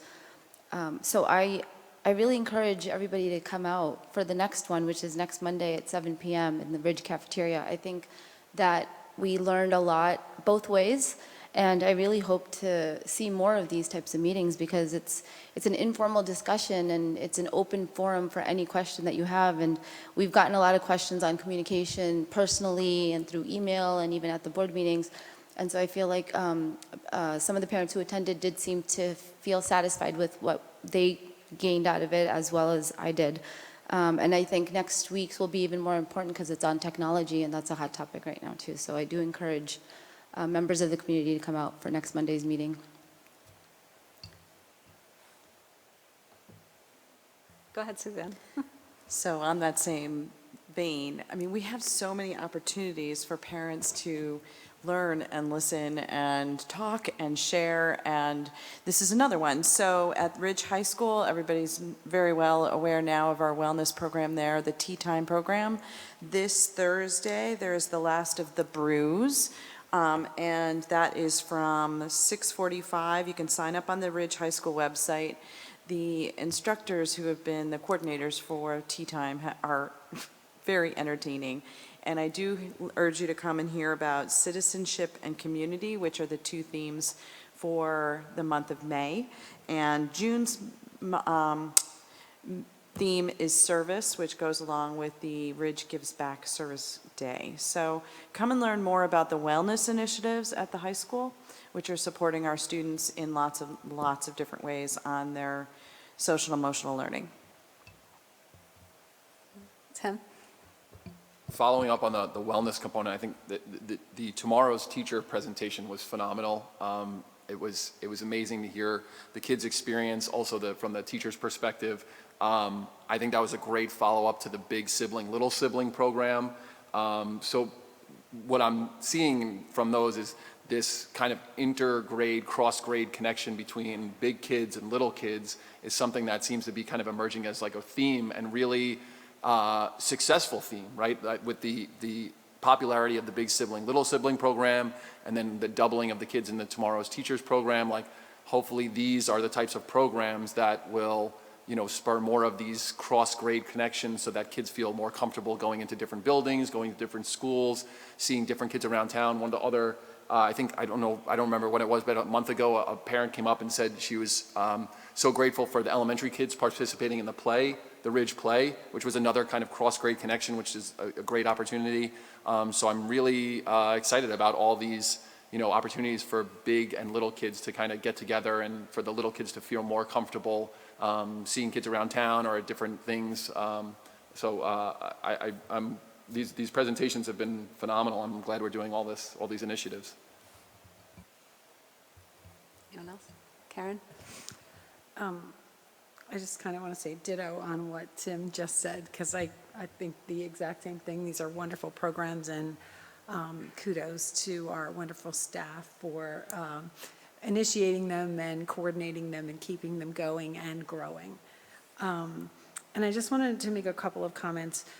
First of all, thank you to everyone who spoke at public comment last night. I think there were a lot of thoughtful comments shared. I have to say, I was compelled by what our last in-person speaker said. Having answered the survey, I found it hard to answer, and I'm answering as a community member. And obviously, mine didn't have 29 questions, so I don't even know the questions that she's specifically referring to. But I think that there were some very salient points made about what we can and can't infer from that scale of 1 to 10, and if you want to be neutral, and exactly how that plays out in terms of the process on the other end. So it made me think a lot. As I said, I think there were a few parents here who really made just really compelling comments about things that are of concern. One speaker asked a question about what do we think, and while moved by what her comments were, and I apologize, I forget her name, but about what do we think with regard to the health curriculum, and specifically the lesson about coping and grief, I think it was. I completely respect the concern, but I also think to myself, knowing, because I have a 29-year-old daughter who's a teacher, that students sit in classrooms where parents at home don't talk about any of those things, and they have no guidance whatsoever. So I don't know what the right balance is or how to strike it, but I can't unknow that and think to myself, well, it's fine if we just don't ever talk about it because everybody's supposed to do it at home. What if they're not? And I don't know the answers. That is not a criticism, it's just a comment. And I thank you for bringing it up. And then I actually have a question, Kirsten, if you don't mind my asking. I'm very curious. In the past, I've sat through, I don't know, I can't remember the last time I wasn't at a budget vote as a member of the audience or a member of the board, and I never remember being surprised by a no. It always came with predicating curiosities, questions, comments, and I'm surprised. So could you share with us what caused you to vote no? The approach taken to the budget just, it's been very confusing to me. And, we're not increasing the debt levy that much, but I felt with the budgeted overages and some things that we could maybe forego, that we probably didn't have to increase the taxes at all, particularly in an area where inflation is crazy for the taxpayers. And I figured that there was probably a way that we could actually not raise taxes and we could. Okay, fair enough. Out of curiosity, what would you propose foregoing? What would you propose foregoing? Because that's the hard part. Yes. It's easy to sit here and say that, but what should we cut? Which class, which teacher, which program? I'm very curious. And that's why I was looking for more detail on that I wasn't able to get. I'm not, I guess I am putting you on the spot, but I'm not meaning to be confrontational. I'm just saying that the community sees a no vote and wonders, like I did, I think. And so to say, I think there's things that we could forego, well, sure, but we need to know what they were and who is affected by that. And that's not an easy thing to do. Thank you, by the way. Jen? I don't know if Rod has the answer to this, but when you say the impact on the average taxpayer, what is the impact on .699? Is that on the average taxpayer for a year? Because I remember last year it was about $112. So I would assume that with the tax increase being even less, that we're not talking about a huge sum of money. I think what you have to consider here is a couple of things. And first of all, I'm glad you asked the question, because I don't know that most of the public thinks about this, but while we raise taxes to pay for the quality of education that we have here, and because of the state's funding structure, we have to do that. They don't give us the money because they say, based on the demographics of Bernards Township, you can afford to do this if you want to have that level of school district. We're not going to give you more than what we're giving you in state aid, which is $6 million and change out of a $108 million general operating budget is what they give us. But keep in mind that in response to your question, Mrs. White, that it's difficult to give that answer this year because there is a significant increase in the assessed valuations of properties, okay? Everybody sitting here at the table, including myself, who is a taxpayer in this township and has been for 25 years, knows that that's happened because of what we've seen in the housing market. We, the Bernards Township Board of Education, don't control that, okay? That's controlled by the township assessor, and he has to follow what state law prescribes. So it's not really within his control either. But essentially, they have to look at, they're supposed to be assessing properties predicated on what the fair market value is. So when you see the kind of real estate markets that we've seen, and in particular here in Bernards and everywhere, if you talk to people, okay, where property prices have gone up significantly, what happens? The assessment on your property goes up. And that's what's driving up your tax increases. And so it's hard for me to say that because now what happens is that for every $100 that you didn't have assessed before, even if we didn't raise taxes at all this year, your taxes would go up and the township would be able to say, well, it's because X number of dollars, which is $1.35, is what portion of your, $1.33.5 is what the portion of your total tax bill is for every 100 that relates to what the school district is. But then you add in what the township gets and what the county gets and the other pieces. Well, all of that added in times every 100 that you're paying of assessed additional value. So if your property went up $10,000, okay, now you've got 100 hundreds more times that amount. So if it's $2, it's 2 times 100, even if we didn't increase the taxes at all.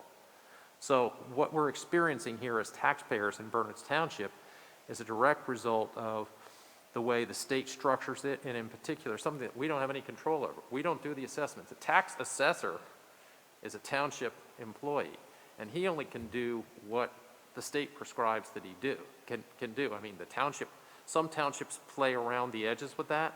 I don't think, and rightfully so, that Bernards does that from what I've seen as a resident, because it leads to trouble ultimately when you don't assess in accordance with what the state prescribes, okay? The state eventually catches on and they're there knocking at your door, basically. But I want to make that clear that even if we had not raised a nickel more in taxes this year, everybody would have seen a significant tax increase, and that's because of your assessed value changing. They've gone up significantly. I mean, again, we get that information from the township because I don't come up with what the average cost is, but I did see something basically saying that, you know, the average home, which was assessed $620 last year, is now $660. That's a $40,000 increase. and if we didn't increase the taxes, oh, that's why people's taxes are going up, because the assessments went up. You know, our actual dollar portion actually went in reverse from in terms of what the percentage was in terms of dollars. I think it went down from $1.40 down to $1.33.5 with this increase that we have this year. So off the top of my head, I didn't do the math on that because that's not really our job to do that. But, you know, if things didn't, if they hadn't changed, it would have been pennies on the, I don't know. I honestly would have to, I don't want to misspeak because my job is to be exact and accurate, but what I'm going to tell you is that, you know, even with that 0.73% increase, that people's taxes would have gone up significantly more because we all saw significant assessment increases. I just want to say, you know, to go back also to Karen, is we have a wonderful district and we have wonderful programs. There is nothing I would ever want to see cut. You know, Tim just talked about the big sibling. Well, that comes with the price. We just had a presentation on a new course. That comes with the price. We have a huge special ed population. They deserve a lot of services. That comes with the cost. We don't want class sizes overwhelmed. That comes with the cost. There is nothing that I want, you know, to be cut to pinch pennies, basically. And, you know, I've had 2 kids graduate. I have 2 more to go. They have gotten the best of the best from our teachers. I want them to be able to get what they deserve. I just, you know, I think it's interesting, you know, we have parents coming and saying, oh, the budget, oh, the budget, oh, the budget. Oh, but I want your district to have this. I want the district to have this. Well, you know, that stuff costs money. And, you know, I guess my thought was when I moved here because there were great programs, and I knew my kids would have a great education and they would get everything that they needed to the best of what the district could provide. And I stand by everything in that budget, and I am so thankful. I'm thankful to every teacher, every administrator, because you are what keep this district so wonderful for our children. I agree with what you just said, and I just wanted to add, Karen and I are probably the only people that were sitting here and there back when we had budget cuts and the state took our state aid, and we had to make those choices about what to cut, and it was awful. You know, the community was upset and outraged like they should be, you know, when things like that happen.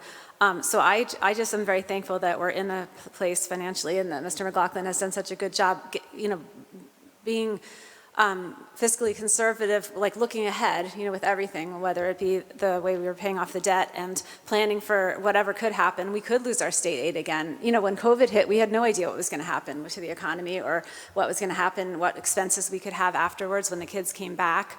We still don't know for sure. Even the demographer's report, I don't 100% trust until we see, because there's babies moving in all over my neighborhood, and they wouldn't have been captured by his estimates.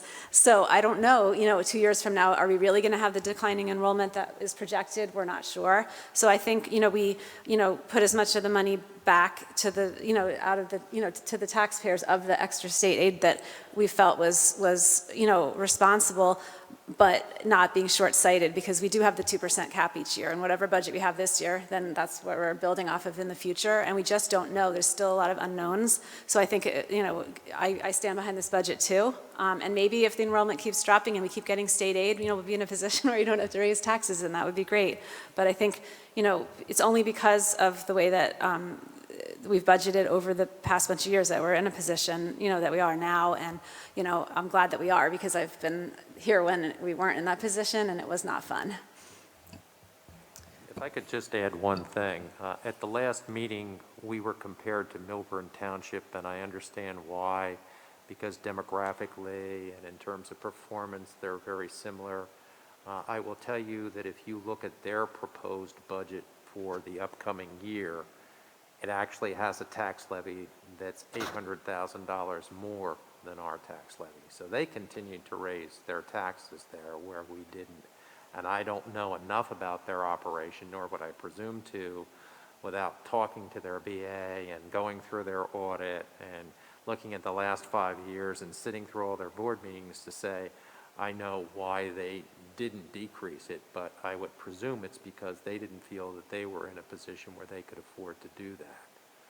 So while they were thrown out as a comp on the one hand, they're not a comp when it comes to how they manage themselves financially in terms of the things that they do there.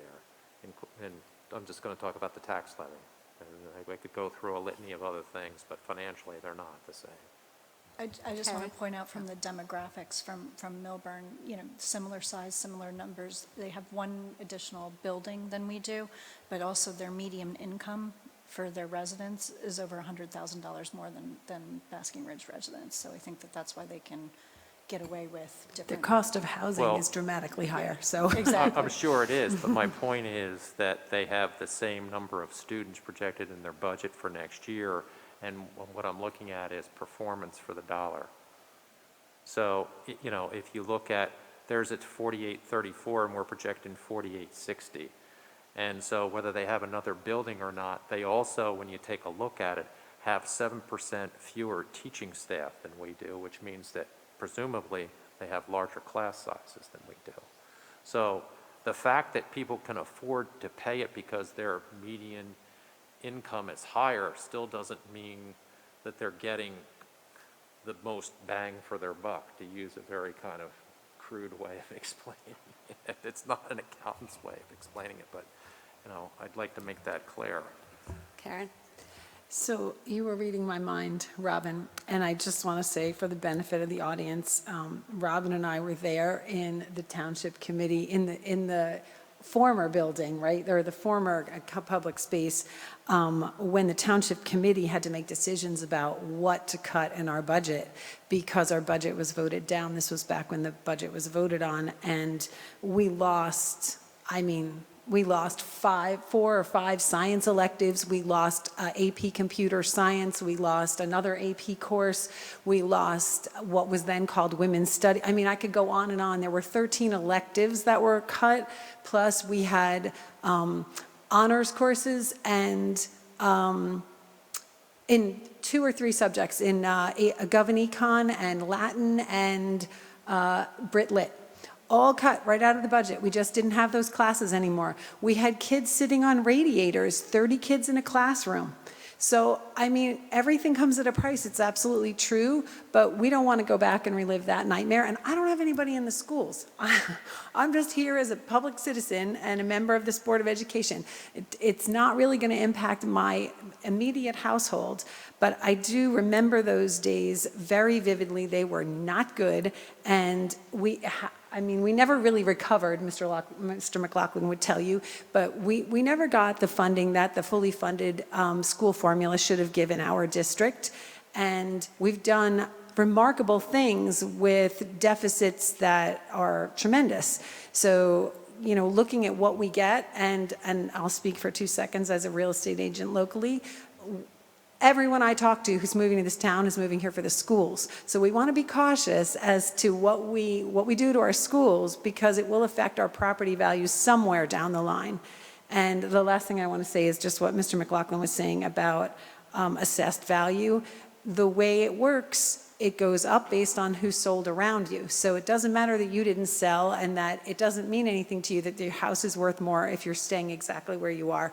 It still impacts all of us. So that is a difficult thing about our community, and it is true other towns don't necessarily do it exactly that way, but Berners Township has been consistently proper, I'll say, in that regard, in following the assessment rules. So it's good for us if we're staying for the long haul, but it's difficult when these types of things happen. Does anyone else have anything for board forum? No? Okay. Could we have a motion for adjournment? Ms. Schaefer and Mr. Khanna. All in favor?